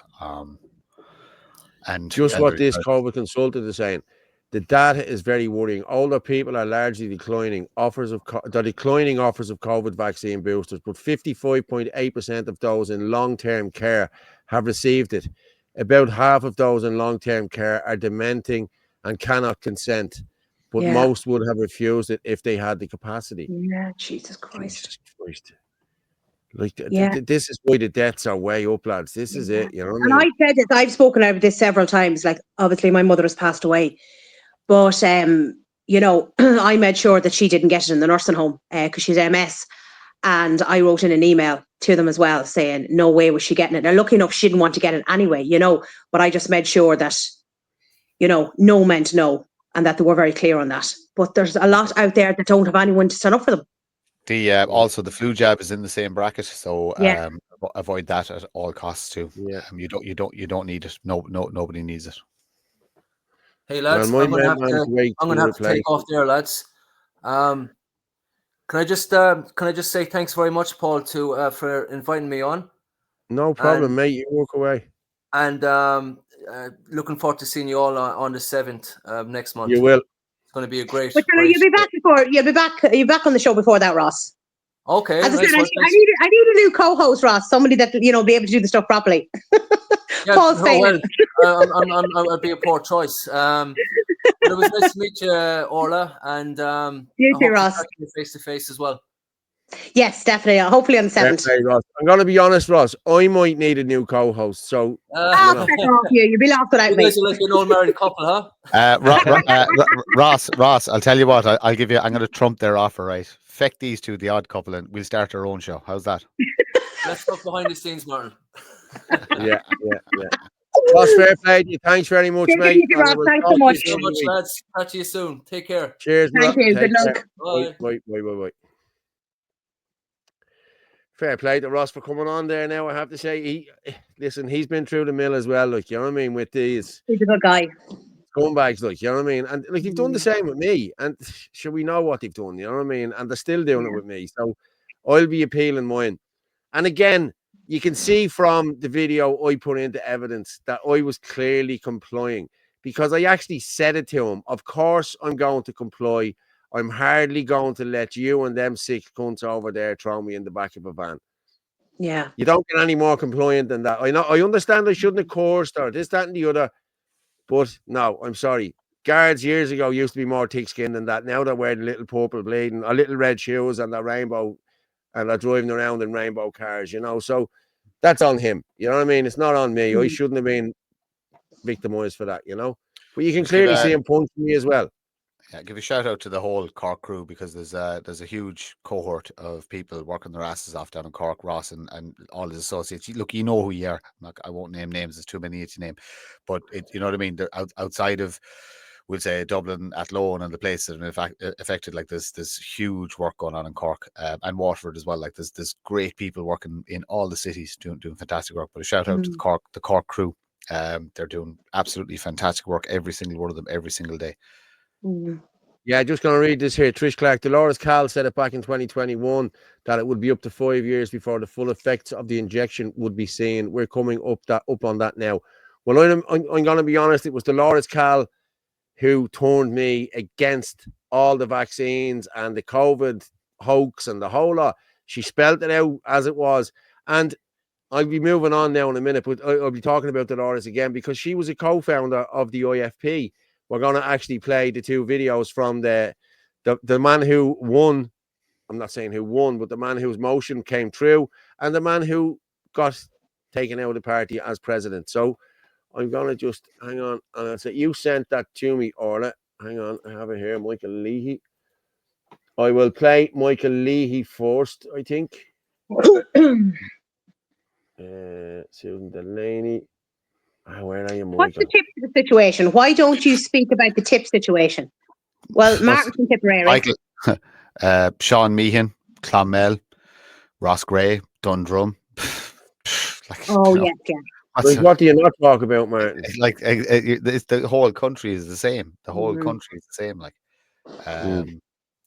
like you say, people in Tipperary just pull the finger out, get involved. There's a Shinadine element in Tipperary you can join. There's an Ireland First element you can join, or you can just actually go out yourself and patrol the streets, do your own protests, and just work with the people. That this says no group as well. There's loads and loads and loads of people. You just need to pull your finger out and get involved. Give an hour a week. That's it. If you give an hour a week, that's helping. Yeah, and as Martin said, Shinadine, it's in most of the towns now. We have a Dublin one. Reach out to me if you want to become a member of the Dublin one, and I'm an admin of the Dublin one. So we need to be getting people out on the street in Dublin. 10, 12 people. Get the high visits on. I have 10 high visits here. Get into your area and listen. Once people see you walking around, there'll be no more trouble in the area. You know what I mean? It's not vigilantism, as some people have said. But I'm gonna move on to this. Okay, I'm just gonna give a little gist of what's actually going on here on this one. Let me pull you over here to the tree. Yeah. Okay. What happened was there was we actually tried to do this months ago, and we will talk about that in a minute. Okay. But Michael Leahy brought a motion in to bring in a 3-man committee to take over from Herman Kelly as president. And this is Michael just talking about what has happened. And then what I'll do is I'll play Herman's one as well, because it's like day and night here, you know. Okay, we'll just play this here. This is Michael Leahy of the Irish Freedom Party. I'd like to thank everybody who voted for my motion to appoint a 3-man committee to take over the role of president over the next 3 months. This motion has been passed with a very substantial majority. I'm very grateful to people for doing that. This is a bit of a leap into the dark, as we know, but I think it is necessary to make change. I think it is necessary, above all else, to forge unity with the other nationalist groups, and I can assure you I'll make my best endeavours in securing that. I'd like to thank Herman Kelly for his magnificent role and the many sacrifices he has made for the Irish Freedom Party over the past 6 years. He had the courage to set up that party. He has been a great servant of the party, but it is time to move on. We now need to attempt to forge unity with other groups within the country. I know there are many of them who feel the same way. There's very, very little dividing us, but divisions have arisen in the past months and years for whatever reason. It's now time to try to set those aside. I will give my best endeavours to try and do that. And I hope I can rely on your support and your patience, because this may take time. I don't underestimate the difficulties of what I'm setting about. It can be very, very difficult to bang heads together, even where people have very little dividing them. Nevertheless, it can be small things that can become stumbling blocks. What I would like to see coming out of this process over a period of 3 months is that at the end of it, we will agree to come together. We will agree to have a new Ardesh. We will agree to have we'll set up a new organisation, a new party, and perhaps a new name, and elect a new leadership. And let us hope that that is what happens. Let us hope that we can forge unity. It has happened far too often in the past that those who have tried to resist the totalitarian government which we have, the authoritarian regime that we have in power in this country, have been divided and have not been able to form an effective voice and effective opposition. And that's primarily what we need to do. I've undertaken to come back to the membership of the Irish Freedom Party within 3 months and to have a proposal, and I hope I will be able to agree a proposal with people of goodwill from all sides in that regard. So this is Michael Leahy again, thanking you for your support on this motion. I know it wasn't an easy one, and I know many people will have reservations about it, but let's see where it goes, and let's hope for the best, and with our best endeavours, I think we shall achieve something very important for our country and for our movement. Thank you very much. Now, that was Michael's one. But I think you sent that on to me there, Orla Herman's one, didn't you? But that was Michael's, okay. And then just while you're uploading that, Paul, I didn't download it or anything like that, so you can just click it on it. Yeah. So what I'll say is, when we're discussing this, two videos, and I put up on Twitter the 2 videos, and I was there kind of if these were your candidates or your chosen leaders, who would you choose? And I left the question as open as that. I would ask that we look at this from a cold, emotionless, completely political point of view.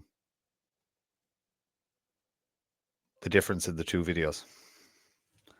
Yes. For obvious reasons. We've got skin in the game and we've got history, but let's try our best to look at it from a cold, analytical, political point of view. Yeah. Let's just play this now. Just make sure, tell me if the sound is working, guys, because people are saying there's no sound, but let's go with this. Hello, Herman Kelly here of the Irish Freedom Party. I've got great news. Relations between many of the leaders of the Irish national movement have never, ever been better. Very good relations with Malachy Steenson, Derek Bly, many of the independents all around the country. It's also good news that the rebirth of Irish nationalism is going full tilt at the minute. The number of rallies around the country against reckless mass immigration have increased in number and in volume. And I would encourage you to keep on going and let the government have the message. People have noticed that over the last year, I suppose, there's been eruptions in the Irish national scene. There's a few guys who've come in, I call them dumb and devious, Casey and Murphy, that they've come in and they've tried to scheme and scam their way into various nationalist groups, be that Sinn Féin Adina with Eamon Murphy, the Irish Freedom Party with Herman Kelly, and Ireland First with Derek Bly. Now, no one likes people who are dishonest or who scheme or scam. But I tell you what, the consequences of that, it has unified many Irish nationalist leaders against what has taken place. Relations between Irish national leaders in Ireland has never been better. We can all see that there's no reason whatever why, for example, me and Derek Bly and Malachy Steenson would be in separate political parties. There's hardly a smidgen difference between our political views. Bly has advertised a rally down in Cork on the 7th of June.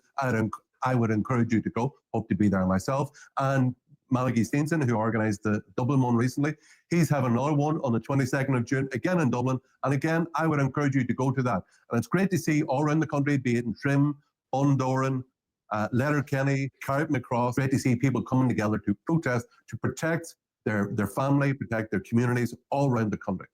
Some of the bad news is that misguided, I believe, motion put forward by a member of the Irish Freedom Party, Michael Leahy, that was passed roughly 10 to 7. It's easy to make false promises to people that you're going to achieve political utopia of apple pie, world peace, and nationalist unity. The good thing about the Irish Freedom Party is that we are a democratic party. We have a constitution. We have fair and open elections. Of course, I'm not that happy about it. I'm down a little bit, but I'm coming back. We will make a concerted effort to achieve greater unity among nationalist groups and individuals in Ireland, that there can be one unified political party we can present to the people. Along with the current chairman, Shane Lynham, I will also be in the Ard Cearna of the Irish Freedom Party in the coming year, and I will be doing my very best at attending all these rallies around the country. After this 3-month period, I'll be ready for action again. So I hope to see you at the rallies. I would ask you to continue to support the Irish Freedom Party. We need to get together, be stronger, be bigger, be better organised, better financed, but we can fight the elections as a single unified force. So my name is Herman Kelly of the Irish Freedom Party, Florida Magazine. Okay. The difference between the two of them is just crazy, isn't it? Sorry, Martin, I was a little bit unclear there. Are you dumb or devious? Which one are you now? I still haven't figured out which one it is. I'll ask Herman face to face the next time I see him. I've no problem with that. So I go first because he publicly called me out in the video, as he's done on numerous occasions. I, for one, can say since I left the Irish Freedom Party, have made no comment about Herman Kelly, bar the laughs and jokes we have here. But publicly, I put nothing out. Put nothing out about Shane Lynham. If I so choose, I have WhatsApp messages that will hang both of them out to dry forever and ever and ever. But that's not my game. That's not that. I've no interest in that. I left the Irish Freedom Party for 2 reasons. Number one was I asked Herman Kelly a very straight question in a private message, and he gave me the answer. And I will not work for a dictator. So that'll give you an answer tell you what the answer to the question was. And number two, he is, in my opinion, disingenuous and not a particularly nice man. Now, it's fine not to be nice in politics because politics is a nasty business. But if you are in the business of cutting down your own people, your own members, and your own, would say your own party from within, candidates, then you are not a good leader. My personal opinion is Herman Kelly has zero management skills, which is imperative. When you lead a political party, you are essentially the CEO of a company. There's no difference whatsoever. You have a huge amount of moving parts that you cannot control yourself. Therefore, you must delegate. That's the whole concept of having an AC in Orla. And you delegate certain responsibilities to different people. And they, again, delegate out to committees, etc., and so on, down the food chain, all the way down to membership. If you are not a respected, honest, and good manager. And I always say, if you're a good manager when you don't have to go to work anymore, that is the sign of a good manager, when you don't have to go to work anymore. That is not what or who Herman Kelly is. He may have certain skills, he may have certain connections. As a manager, he was, so poor that he would probably thrive in the public sector. In the private sector, he'd be gone within a month. He wouldn't even make it past his trial period. That's my opinion on the man. Michael Leahy, on the other hand, fantastic gentleman, polite. I've canvassed up and down the whole length and breadth of Tipperary with him. I've broke bread with the man. I've had drinks with him. Just a gentleman. I've no other way to describe him. He's a nice, polite, strong, endearing man. No, he's a no-nonsense man. But he is honest. He will tell you to your face. They're chalk and cheese. It was Michael Lee who brought me into the Irish Freedom Party.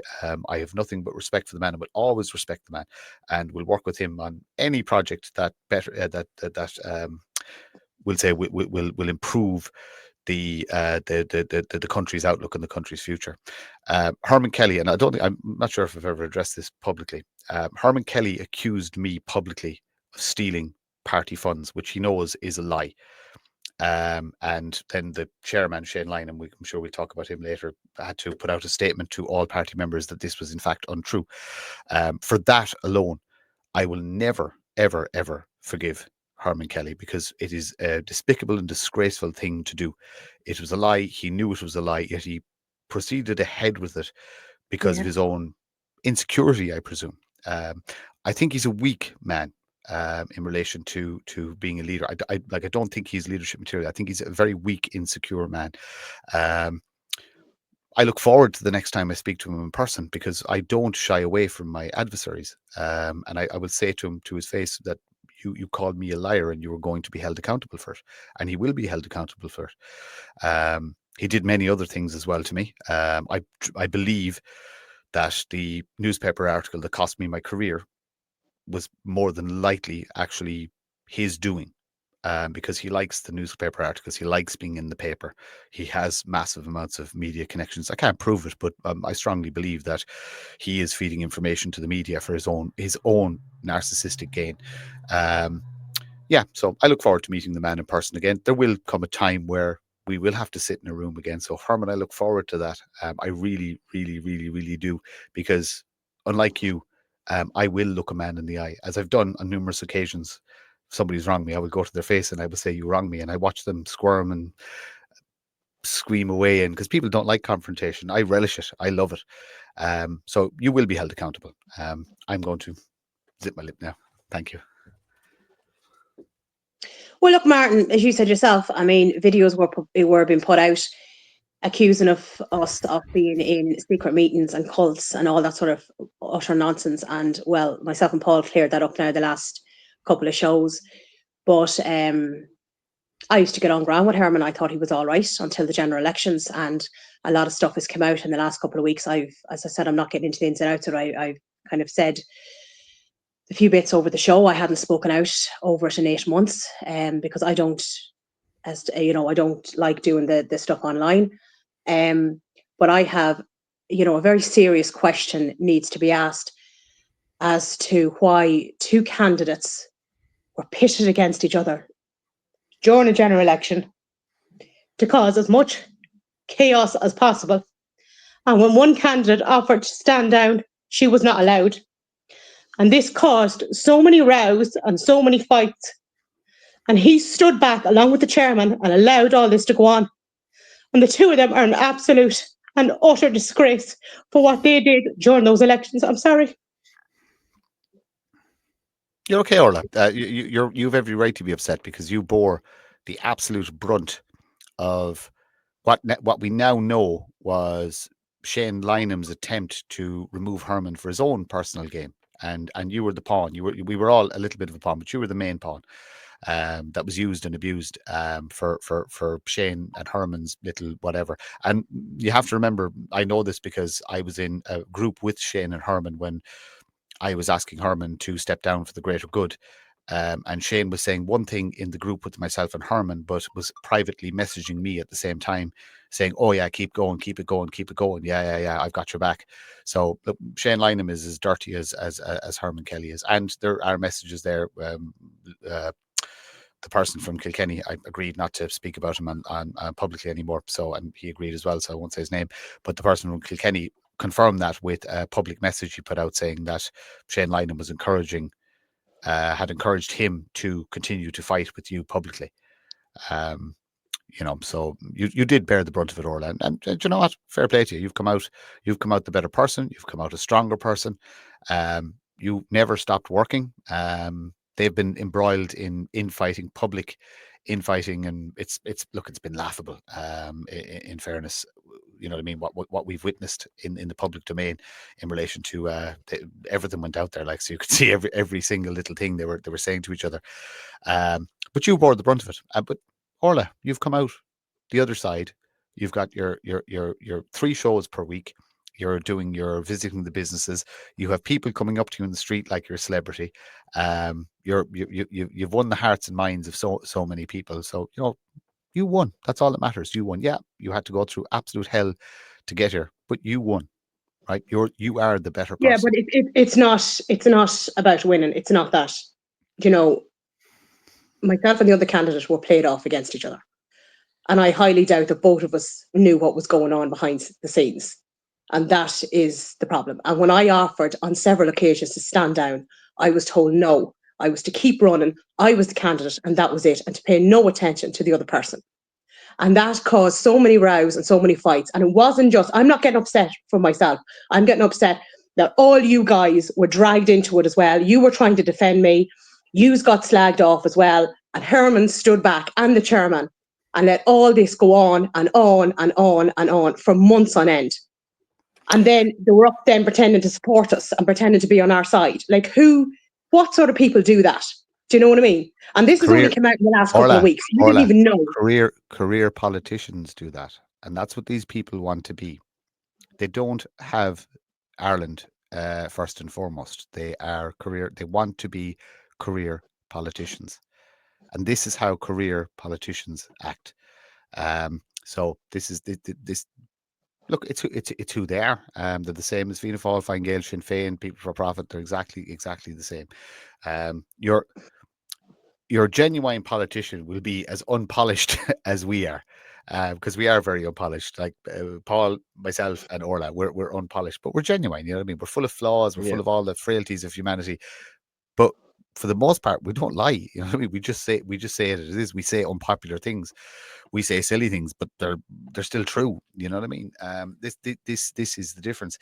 There is not one of us climbing to be the leader. There's none of us want to be in charge. My current party president, that title was thrown on his shoulders by us. We said, you have to be in charge. He didn't look for it. He didn't. We just went, you look best on a poster. You're the face. And that's it. And he's I don't know about that. I look quite cool on a poster. Fuck off, Martin. Don't start that now. Yeah, Paul. Yeah, you looked great. Fuck! It just started, Orla. Yeah. Now Anthony's going to throw a dig at Paul, and fucking they start throwing digs back, and Orla, you're going to.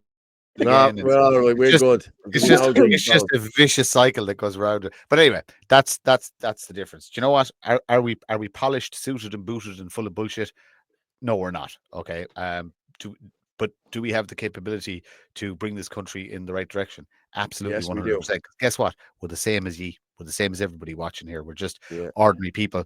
We just made a decision that through courage or stupidity, I don't know. Maybe I am dumb and devious. We just made a decision. Sweeney's going to be doing up Paul's poster, so we'll very much look forward to that. We just made a decision to stick our heads out there and say, look, do you know what? If you want a common man or a common woman to represent you, do you know what? Fuck it, we'll do it. To great bloody cost as well. Like, I mean, how's everyone life? Like, if you sit down and talk to a psychiatrist, yeah, do you know what I mean? It takes its bloody toll. Yeah, I'm gonna be honest. Okay, listen. I was friends with Herman and everything, and after I saw Derek's video the other day, I wrote out a tweet and I thought to myself, I can't send this now. It's gonna, it's not gonna look good. You know what I mean? So I didn't bother sending it. Like, you know what I mean? But what I will say about Herman Kelly, Derek said that he did this all through the years and he did that all through the years. He's been building in the background.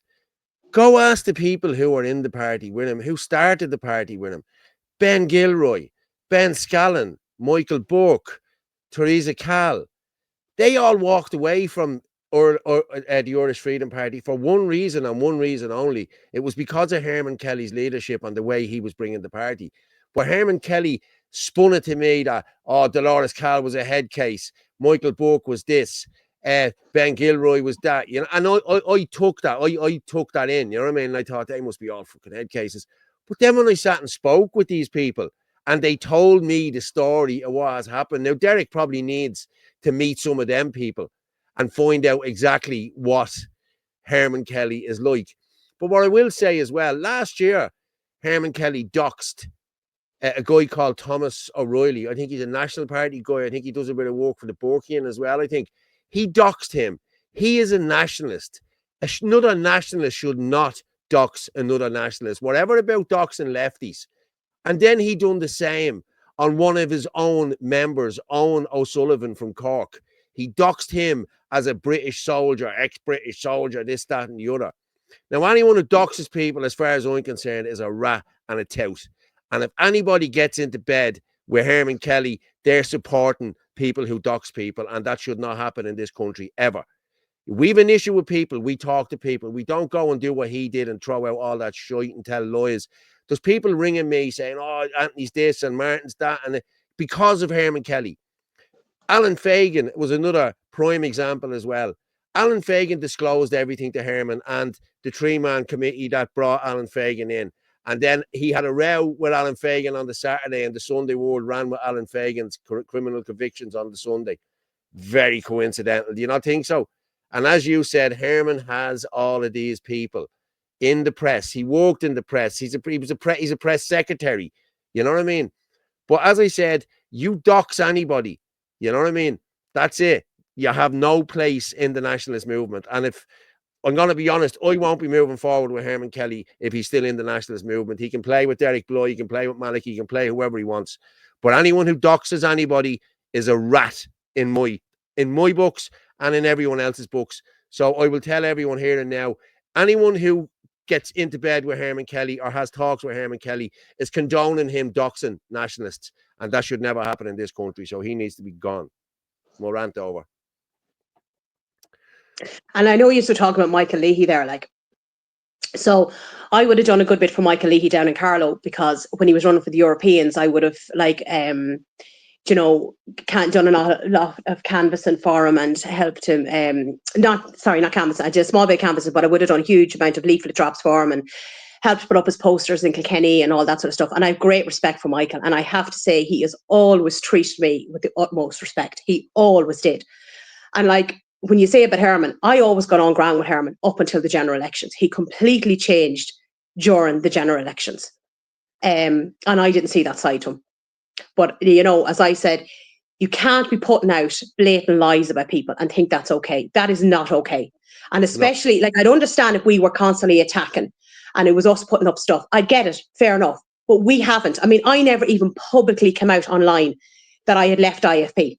I just carried on as normal. I think I'd mentioned it here, but I never, ever, and I still haven't even put it out publicly, because I just wanted to go back into the background. And I said this to Paul the other night.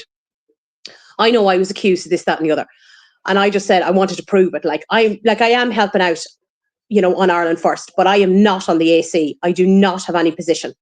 All I'm doing is just helping on the media side. You're my assistant. And that's it. You're my assistant. I'm sorry, Orla. I just have to say publicly, although Orla says she's not on the AC, the amount of work that Orla is actually doing is absolutely colossal. And you're a credit to have in the party. You're a credit to have as a friend, and you're some woman. Someone just posted there. Martin, I would say I'll throw you that €50, but I better not say that. Might land you in more trouble. Just give me back your credit card. You're not getting the credit card back. I'm sorry. Saying there that Herman Kelly, he needs to be shunned as much as the government minions. I'm telling you now, if you dox anybody in this movement, in the nationalist movement, I don't care about lefties or anyone like that. Do what you want with them. But you dox another nationalist, you will not be working with me, or I will not be working with you. I'm sorry. That's it. I would go further, and I've already done this. Because Herman Kelly does have a lot of media connections, it's with GB News, etc., and some American connections, stuff like that. Those people don't follow what's happening in Ireland very, very closely, so they don't know. They think he represents the nationalist movement. So I would suggest people start. I've already done it. I've emailed GB News to tell them exactly who and what Herman Kelly is. So I do hope that they read that email. But I would suggest everybody does the same. That anybody that is, would say, outside of the country that is platforming him, they need to be made aware that he does not represent Irish nationalism. He represents himself in the Herman Kelly show. And do you know what? I have no problem with that. Do you know what I mean? If he wants to pursue whatever he wants to pursue, absolutely fine. But he will not do it in the name of the nationalist movement. So, Herman, you pursue whatever you want to pursue. I'm pursuing the betterment of this country. You've proven yourself not to be part of this. And I suggest also you stop saying my name in public. Yeah.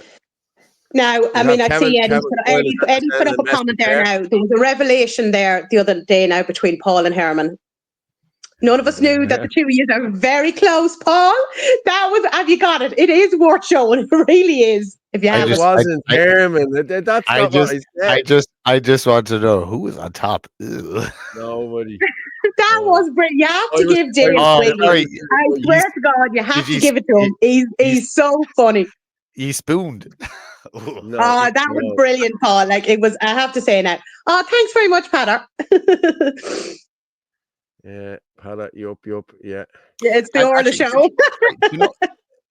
Regardless of what comes of it, we also have to give a shout out to the IFP guys who stayed and fought the battle. Now, we made a decision to leave because it is now May, and we would have spent how many months? October, 6 months, October, 5 November, months, 5.5 months. We would have spent 5 months basically embroiled in that and got no work done. So in that 5 months, we'd choose to leave. We have joined a new party. We have set up committees. We have worked with Shinadina. We've done huge amounts of work in trying to, we'll say, just offer something to the nationalist movement. So we made the right decision in leaving. But to the people who stayed, well done, fair play to you. It wasn't easy, and it's far from complete. But well done to those who saw it through. And there's very few of them. There's really only 2, maybe 3 guys. Two of them.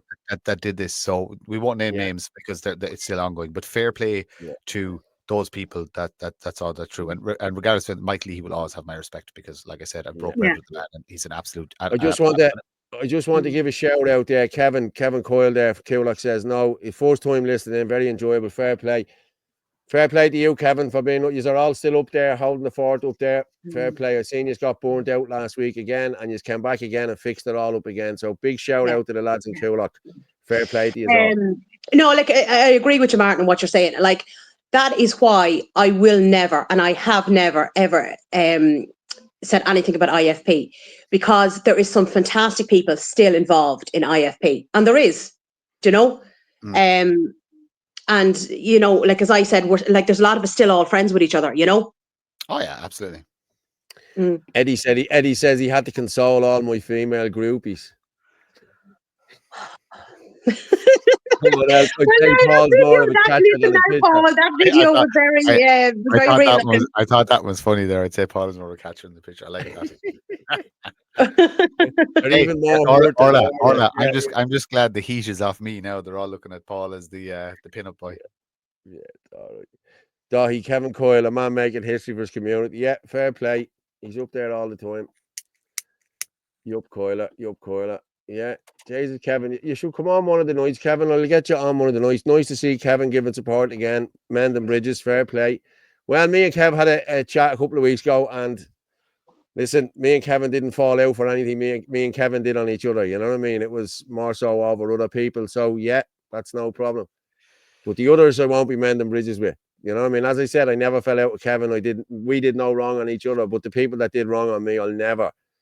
And Martin nearly fucked that up 2 weeks ago. But hey, listen, we let that one slide. You know? Oh, listen, man, got it by me at the bar as well. Okay. So what I have to say is, I have my own enemies, and you have your own enemies, and we don't know who they all are. So yes, I shook hands and took a picture with somebody that I look, like I said, I've no beef with the human. It's not a thing. And like I said, I don't expect my enemies to be your enemies, etc., etc., etc. But you do have to watch your P's and Q's, your surroundings, who you're getting your picture taken with. My God, you have to be alert all the time, and that was who. But in fairness, what's the very first thing I said? You know, you were dealing with some other stuff. So I went straight over and said, Paul, I'm after making a boo boo, and you know, I said it. I own my mistakes. But I tell you what, because Paul, right? Why I didn't actually literally do it. Martin got like that from me in the back of the head, near enough. Oh, I got a clip across the ear. Orla gave me a clip across the ear. Yeah, that happened, and I was still looking at you. Go, what? What? Who? What? Do you know what? It's like, Martin, as you said before, it's like I'm your fucking political wife. But I suppose I was in the mood that day. The day had been so good. Like, you know, the people I spoke to in relation to, like, one guy who'd sent me death threats. I spoke to, and the bridge was mended. It was grand. The hatchet was buried and not in either of us. It was fine. I spoke to another IFP person who had fallen out and stuff like that. I was all about just making peace, and you don't have to be friends with these people. You just my thing is, you put me on the ignore list and I'll put you on the ignore list, and we won't cross paths and we won't talk about each other, and we'll just pretend we don't exist, and that's good enough. You can have enemies, but if you're shitting on each other the whole time publicly, you're not going to get any work done. So I will make compromises with people behind the scenes, just to say, just ignore me and I'll ignore you, and that's it, and that's fine. You do your work, I'll do mine, and we'll try not to get in each other's way, and that's probably the best way forward with all these issues. Trish Clark, they're all bought. This is why Martin is not allowed to drink anymore. He's too busy going around doing like kumbaya and hugging people and everything like that. I swear, you can't let him out anywhere. Well, that's the problem with Martin. Martin thinks we're all going to sit around the campfire fucking with schmorls, you know what I mean, doing this and singing Kumbaya. That's not going to happen. It might happen with a few people, but it won't be. I don't want to sit behind the campfire. I just don't want, when we get to the war stage, I don't want the guy behind me shooting me in the back when I'm about to charge. Do you know? Well, that's why you don't want. That's why you don't want my enemies helping us then, because they'll shoot us all in the fucking back. Look, we can put them on the flanks. Look, the reality is, there's always going to be somebody that doesn't like you, and there's always going to be somebody that you don't like. But for the greater good, it does need to be put to bed. And look, people have done horrible things and said horrible things and this, that, and the other, and made threats and all this kind of malarkey and nonsense and stuff like that. Just put it to bed. Put it to bed. The best thing you can do to an enemy is ignore them, and you encourage them to get on with their work, and you just get on with your work, and that's it. And that is the best way forward. And eventually, was that me walking in the woods today? Was it? Oh my God.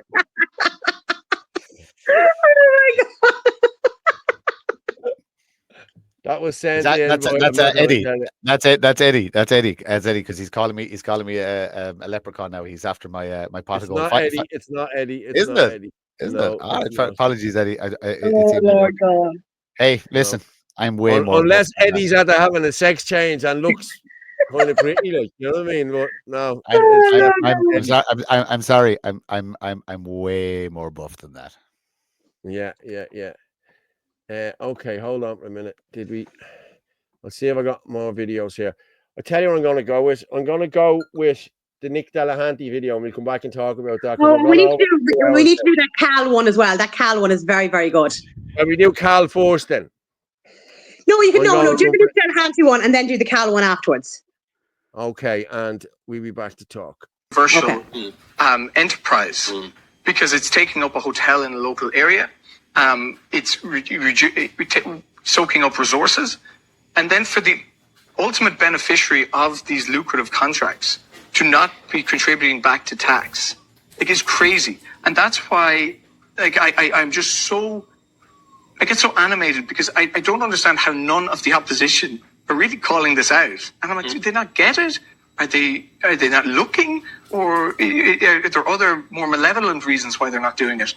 And it just puzzles me. And what's your hypothesis then? What do you think is going on? Is it just basic incompetence, or is it something deeper than that? Because you've already said that some ex-politicians were involved in lobbying on the commercial side of all of this. I can understand why. There's money to be made. Well, when you get down into a granular level, you can take each asylum center on. You should take them all on a case-by-case basis.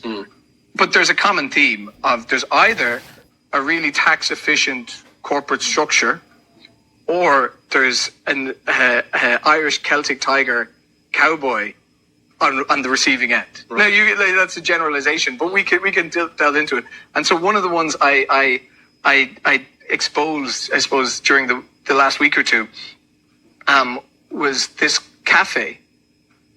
This entity was, Roderick O'Gorman put out an update onto Thornton Hall, and he said the company getting the contract for Thornton Hall is IEMS. I was like, that's interesting. IEMS is not the name of a company. You haven't said anything there. So I went, why is he hiding this? Why is he hiding what IEMS is?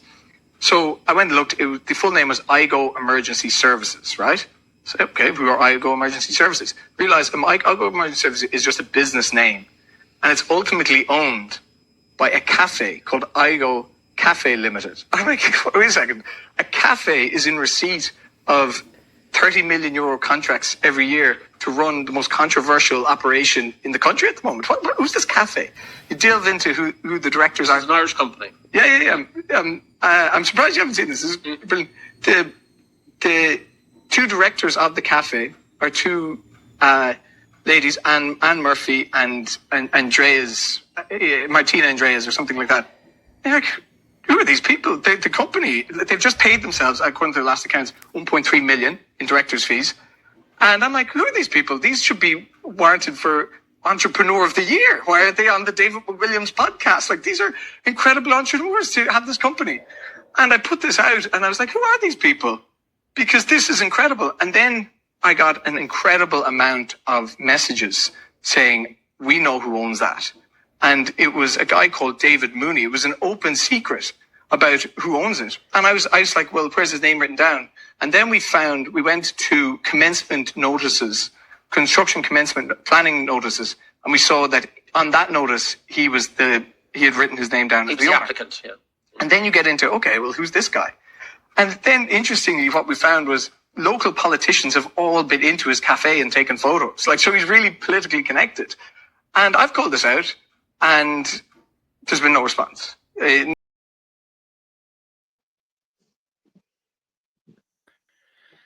Yeah, this is He's this very, day. very good now, so he is excellent. Nick, fair play to him. Well, now in saying that, I'm gonna just throw this out here. That wasn't all Nick's research either. I know the lads who gave him that research, so do you. So, you know, and he was actually called out on it. You know what I mean? So, all right. Well, for everyone involved, doing a lot of research. Fair play. Yeah, fair no, play. I mean, my ma's in the other room there, and she says to me, "Oh, what happened to that girl?" I went in to get a coffee. Well, what happened to Orla? I didn't know what happened to Orla, and I told her, like a quick synopsis, like a quick whatever, you know. That fucking bastards, you know. Like I wouldn't talk to them about shit like that. What happened, or you know. And then she says to me, "Your cousin's watching it. Another cousin's watching it." So all my cousins are watching tonight. Fair play to you all, and a big shout out. I'm not going to mention your names because I'm one of the far right. You don't want to be associated with me, you know. The heat isn't off, Martin. Ask him why they are now calling him Mr. Vaz. Mr. Vaz. Yeah, thanks, Ed. Sorry, what's Mr. Vaz? Yeah, it doesn't Vaseline. Vaseline. Sorry, Paul. Is it Paul? No. Kevin Coyle, South Dublin says no, done some work on David Mooney. The cunt. Yes, exactly. And I wanted to give a shout out as well before I forget. Tuesday evening at 6:30, I think it is, out at the ABB building in Tallaght. There's another peaceful protest. Anyone that can get there, please get down there and help them, because the people at Tallaght, a lot of the people in Tallaght are asleep to this, or it just doesn't bother them. But the people who are awake to this, bring your friends with you as well, please, because we need to get this out on. Love to have a spliff with Martin and talk politics. We could go into the woods. Yeah, with his clothes on. With his clothes on. Did I just see, did Kathy come up there? Did I see Kathy's name? I have her here, Kathy Marie Hogan. Oh. I'm wondering, will any apologies be given out to you guys who have been lied about? Now things are being cleared up. I think you are owed one. Listen, I don't think we'll be hearing from anyone now. You know what I mean? But listen, we're going to keep calling it out. And as I said, anyone who deals with a tout or a rat for doxing people, I don't want to have any part of that, I'm being honest with you. Well, in all fairness, anyone who is decent will apologise, and they will, because I think a lot of people were taken in as well, and a lot of us didn't realise it. So we'll deal see. with the ticks like ticks. The line is the truth. Let the loose. You up the line. We'll be doing that in the next few minutes. We've another few minutes left. Do the Cal video. I thought that was very, very funny today. Okay. I know I have to get through some of these. Yup, Coiler, Joan. Such a pity. Many people have egos bigger than the problems our little island has. Yeah, you're right, Joan. Chris Bourne. I heard the ballot boxes had cable toys in some places. There's no proper chain of custody. Yes. I had loads of videos to play, but we just got talking. Thank you so much, Paul. I appreciate the shout out. No problem, Anne-Marie. Joan, I agree with you. People think the women are the issue. People think the women are the issue. Well, I tell you, I'm around some very strong women in this movement, I tell you, and some of the women have bigger balls than the men, and they've no balls at all. Like, so, being honest with you, you know. But it's not like this is what the problem with a lot of people is. It is not about. It shouldn't be about egos. Like, the country is being absolutely destroyed. You know, our children are going to have no future. Like, we should be fighting for our country, not fighting among ourselves. It's as simple as that. Do you know? Well, this is exactly what we're trying to do at Ireland First. Like, let's be honest about it. Irish Freedom Party, where are they now? They've a couple of candidates. They've a whole new chairman, new everything. Like, so they're not a player anymore. Okay, the National Party are in fights with Justin Barrett about who's the leader and who's not the leader. And then there's Ireland First, and we are the biggest party at the moment. In my humble opinion, we are the biggest party. We have the best policies. I know we're still writing policies and everything else, but we've an AC. We have policies. We have different committees where teachers are running the education. They're making policies for the education. We've doctors. We've 2 or 3 doctors on the health. You know what I mean? We've lots of good people. We've me on the media, obviously, and Orla on the media. And then we have other graphic designers on the media. Like, everybody is playing their part here. And we have brought, I think, this party from obscurity more or less into the main, as a main player in the Irish political system. What's your thoughts, Martin? I think we have to be grateful for the platform we've been given. No, that's not what I meant. But yeah, no, this is just my personal opinion. But that in reality was a one-man show with great people behind him. Great people were behind him, but it was a one-man show. So all we're doing is expanding on that, and we're pushing out with the idea of structure and organizing commands and organizing committees and with him making it function on a larger scale, so to speak. So look, there's a good foundation there. We're building on that, and we're going to make it the largest viable political nationalist solution in the country. It is going to look. I see that comment. Look, apologies, irrelevant, all irrelevant. Do you know what? Anything you hear on the grapevine or anything you hear on Twitter or social media, most of it's lies. Okay, look, there's dissenters, there's this, that, and the other. It doesn't matter. All that matters is you guys know for a fact that Monday, Tuesday, Wednesday, Thursday, and Friday evenings we're at work. Every single one. So you're doing your show, Paul. You constantly have to jump off AC meetings because you got to do your show with Orla. Orla is non-stop working every single day, 7 days a week on the social media accounts, as well as Kathy. Big shout out to Kathy as well for the TikTok account. Myself, Anthony's phone never stops ringing. He's always talking to people. He's always networking. He never gets a minute. I work in policy. I sit in the meetings. I do the other bits and bobs that I do. I pay for lots of stuff. Give me back my credit card, Orla. And it's just no money on it, Martin. It's all gone. We're all small little cogs, but we're spinning. We are spinning, and we're turning this into a machine. And we said, come next election time, we're going to be ready, and I mean absolutely 100% ready. So all I can say to anybody watching, join up, make a donation, help us out. We need readies. It's as simple as that. We can't function on thin air. We do need membership. So join. Just the membership isn't expensive. It's only 20 quid. Lots of people join. If you want to get involved, reach out to any one of us on Twitter or Facebook or whatever social media. Indeed on the show here as well. Yeah. I just want to shout out there. Kevin Coyle just posted, Ireland First is the way forward. I remember the days they were knocked back from being a registered party. Looking like having a proper structure in place now could definitely be a force. Thank you for that, Kev. Other people are saying the same thing as well. It's 20. Sorry, I just got corrected. It's 25, not 20. Yeah, because we're all just doing our best. Like the majority of nationalists out there are all just, everyone's trying their best. We're all trying to get information out there and highlight what's going on, and everybody's doing their part. Like we're not on RT, we're not in Virgin. We're doing the best we can. Has Orla got a channel? Not yet, but we could sort it by midweek. I just wanted to say as well, like, let's be honest, lads. We're all like they're talking about unity talks and everything else, but all we're doing is unifying for 1%. We need to get to the 99%. The 1% are going to vote either way. We need to be getting out to the 99%, and they're the votes we need to be getting. You know what I mean? And that's, we need to. You know what I mean? Like 1% of the vote between us all is not going to get any of us anywhere. You know what I mean? I know we're getting 2% of this and 4% of that and 3% of this, but at the end of the day, it's only 1% of the vote in the country that we are. It's like breadcrumbs. You know what I mean? We need to get to 99%. We need to get them people on board with us. And I think Ireland First will do that because we have boots on the street. We're talking to people. We're doing everything with Shin and Adina as well as part of us, helping us out, and listen, it's going places. It really is going places. Yup, Kev Coyle. Well said, bud. Yeah. Can you play that Cal video? Just I know time's against us now because it's actually very good. And listen to the very end of it. I thought it was brilliant at the end. Hang on, there we go. How's it going? How's your takeaway business going? Not great, no. Have an old business opportunity for you. Yeah. Do you want to invest in a hotel? No. About 5 of us. Actually 6 of us. New Bradford. Yeah. So, what we do is we buy the hotel. We got it off the vulture funds. Much cheaper than you normally buy a hotel. And the kicker is, it'll be full the whole time.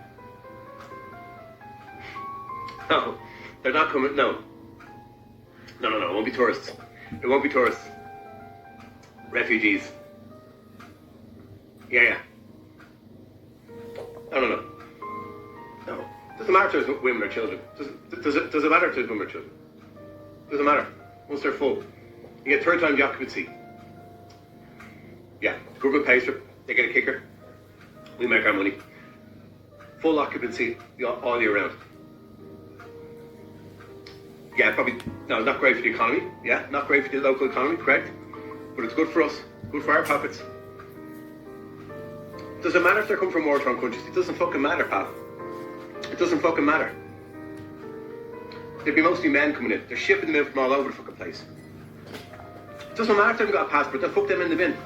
If they don't even need one. They'll fuck them in the bin if they have one. Just need to get them in. You just need to say that they're asylum seekers. That's it. Can't fuck them. Can't lose. Win-win. Yeah, it will destroy our... Yeah, it does destroy the economy. I get it. But you want to make some money or not? Are you serious about making money or what? Okay, good man. Good man. Okay, talk to you soon. Yeah? No, they won't think you're a traitor. No. Anyway, even if you are being a traitor, they'll never find out, okay? Unless Nick Donohoe does a piece of you. Yeah, don't worry about it. I'll talk to you later.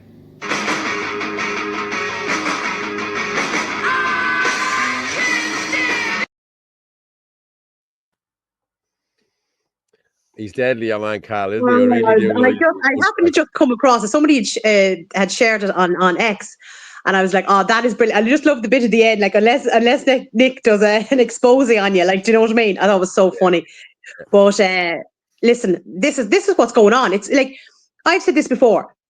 If these people actually cared about humans, they would be letting in the homeless. They don't. It's all about the money. Follow the money. That's it. Yeah, exactly. I'll tell you what I'm going to go before we go. They get on the video on the journal here. I just need to find where it is. Oh, I saw this earlier on. It's very good. He's great. We should get him on here sometime. I have a migraine now, and yours are like cartoons. Do you ever get that squiggly shit? It's and the bright lights aren't helping, like, you know what I mean? So let me just see where the git is. There it is there, the make the git. This is on the journal. So we play this and we'll come back, right? Jesus.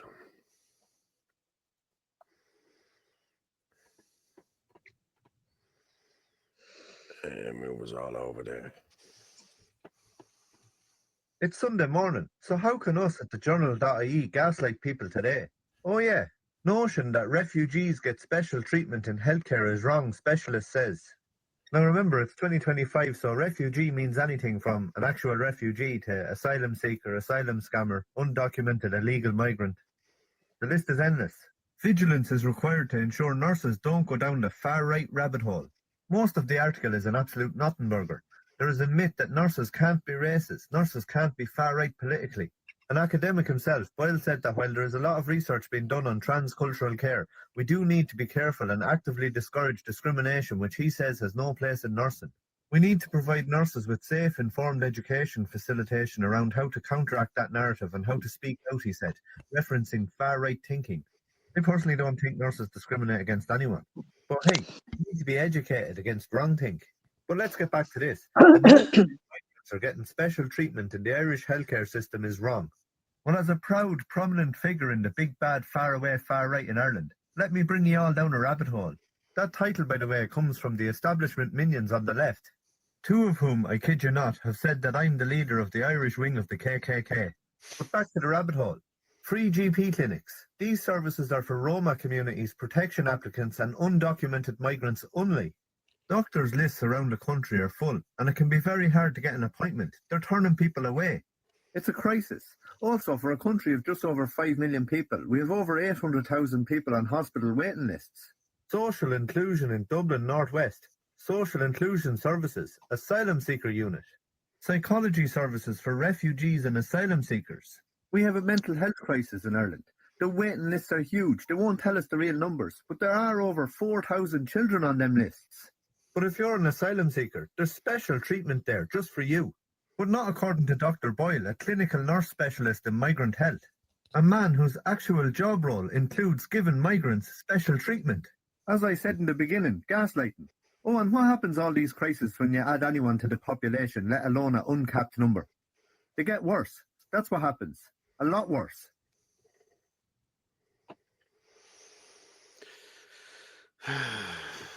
I actually Sarah, you're trying to message me. So can you send the link yourself? Because I can't reply. Anyway, never mind. Sarah's like all these messages come up. I actually owe Mick a huge amount of thanks. If he's watching, he'll know what it's about. I meant to private message him, but I never got around to it. So he came to my aid on Spaces there quite recently. So thank you very much, Mick. I do appreciate it. Is that Mickey? He's another guy like Ross. I've never met him. No, the gate. Yeah. Oh, the gate, yeah. I've never physically met him. I've never met Ross. You know, like I just know Ross from Facebook and that. But like, there's still people you haven't met. You'll meet the Cork crew on the 7th, and they're you'll meet everyone on the 7th. I met a lot of them down at Eddie Hobbs' thing. We were sitting at the bold boys and girls table down the back, and I think we were making a little bit of noise, so it was very funny. You make noise all the time, everywhere you go, guys. Especially you. Well, listen to the shrinking Violet there, like, do you know what I mean? Fuck all shrinking about me, baby. But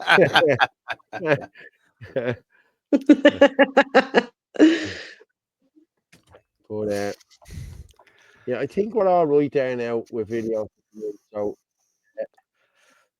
or have we got one more? Let me just see. I know. Jesus, the night flew, didn't it? Yeah. I know, it's 2 hours and 20 minutes. Yeah, that went. I'm just going to play this. It was nice actually to have the lads on earlier on as well, Ferg and Ross. Like, so it's great to have them on. Absolutely. The Gate is definitely one of the genuine ones, without a doubt. Yes, he is. Yeah. I'm just going to play this here because these fuckers are talking about us. This is us they're talking about. Okay. And well, it's definitely me because, listen, I'm going to be honest with you. I had neighbours that moved out of the house because I was supposed to be a racist and a far right loon. You know what I mean? This is what was being portrayed. You know what I mean? Now they know how true everything is. You know what I mean? I'm just going to share this here and we'll come back and we'll finish up then. All right. So he's talking about us, this chap here on the left. He's talking about us. These groups we're watching the evolution of a new terrorist movement. It's not just happening in Ireland, it's happening across America, it's happening across Europe as well. And we've a rich culture of violent political movements in this country going back 300 years. So this is just the new novel incarnation of that. And novel. And see, they keep throwing that word novel in. Isn't that mad? They used it around the old Rupenkopf. They used it around what happened in Sweden. You know, it's just novel. Who are these bourgeoisie fuckwits, man? It's true, but it's true. Gobshites, like we're that not weird. We're not terrorists. Keep on pushing though. But listen, they're calling us terrorists. Meanwhile, they're giving the Muslim Brotherhood RTE. They're on RTE. They're on Virgin Media. That's a known terrorist organization. They're banned in so many countries. This is why all this shit happened with Qatar and everything. They stopped the money coming from all there. Like, they're the terrorist organization, not us. I'm a father. I'm not a grandfather yet, but I don't want to be either. My young one's only young. But I'm a father and a concerned parent. That's what I am. My dad's the same. He's a grandfather and a great grandfather and the whole lot. And that's why that's why he's out with me. That's why he got pepper sprayed when he came up to Coolock. And I will never forget that. I'm being honest with you. But this is what we are. This is what we're dealing with. But as I said, we're people. Antifa are designated a terrorist organization as well. Exactly. Yet Sinn Féin sell their badges. And yet Joe O'Brien is a member of Antifa because we've all seen him. And Paul Murphy stood up in the door and said, we're all Antifa. This is the guy who doesn't know his arse from his elbow. He doesn't know whether Juniper is a bleeding planet or a baby. You know what I mean? So, hey, great show, lads. That's Jupiter. Juniper. Jupiter is the planet. Yeah, I know. Yeah, but hey, listen. Doesn't matter really, you know what I mean? Juniper or Juniper, whatever. Fucking Orla, when did you become the grammar police? Yeah, exactly. Yeah. Joe was doing correcting Paul. And Paul would be like, yeah, what's the name of such a person, Here I am, filling in. I suppose you could call Herman a sort of terrorist. Yeah, sort of. Yeah. No, I like to call him, and I've tried to be so good. No, he's the stuttering fuck. Yeah. I love that the way you said that. Was it Anthony said that the other night? Yeah, it was. No, Yeah. it was me. It was me. It was me that Was said it it. you that said it? Shit, Yeah, sorry. yeah. Okay. Uranus and blah blah blah. Here we go. Uranus Murphy and Anus Murphy Gobshoy. Yeah. Right, guys, we're down to 224 there. I'll drop you down there, Martin, for a minute. Thank you very much. What's before you go? What's the viewers now? 1400, 1410 now at the minute. Fair very play to good. everyone. Great, brilliant. And, yeah, 1410.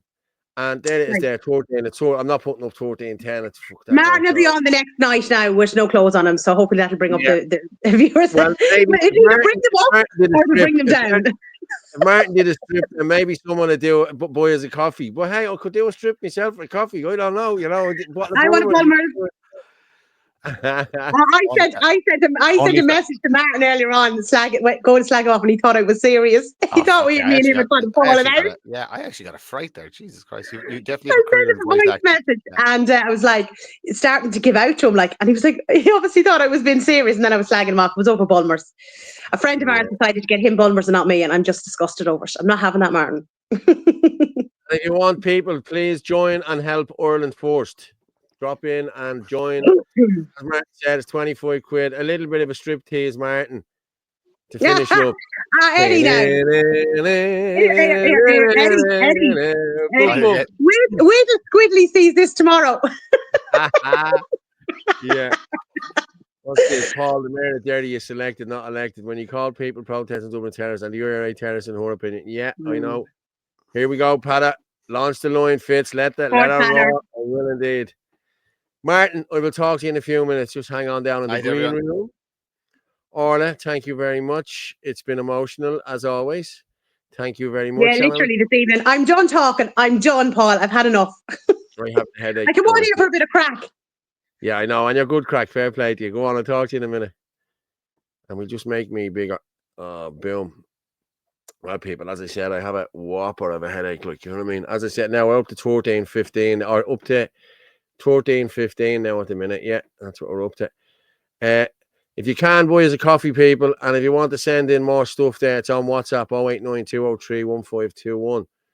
And I'll just finish off with the comments. Hyphen, yup, you're the man, Fitzy. Cheers, Pata. Thanks very much. But thank you very much for tuning in tonight. It was a great show with Ross and Martin, Orla. And had we anyone else on? No, we hadn't. But Ferg, sorry, the wonderful Ferg. How could I forget Ferg? Listen, everyone, thank you for tuning in. As I say every night, the truth is like a lion. You don't have to defend it.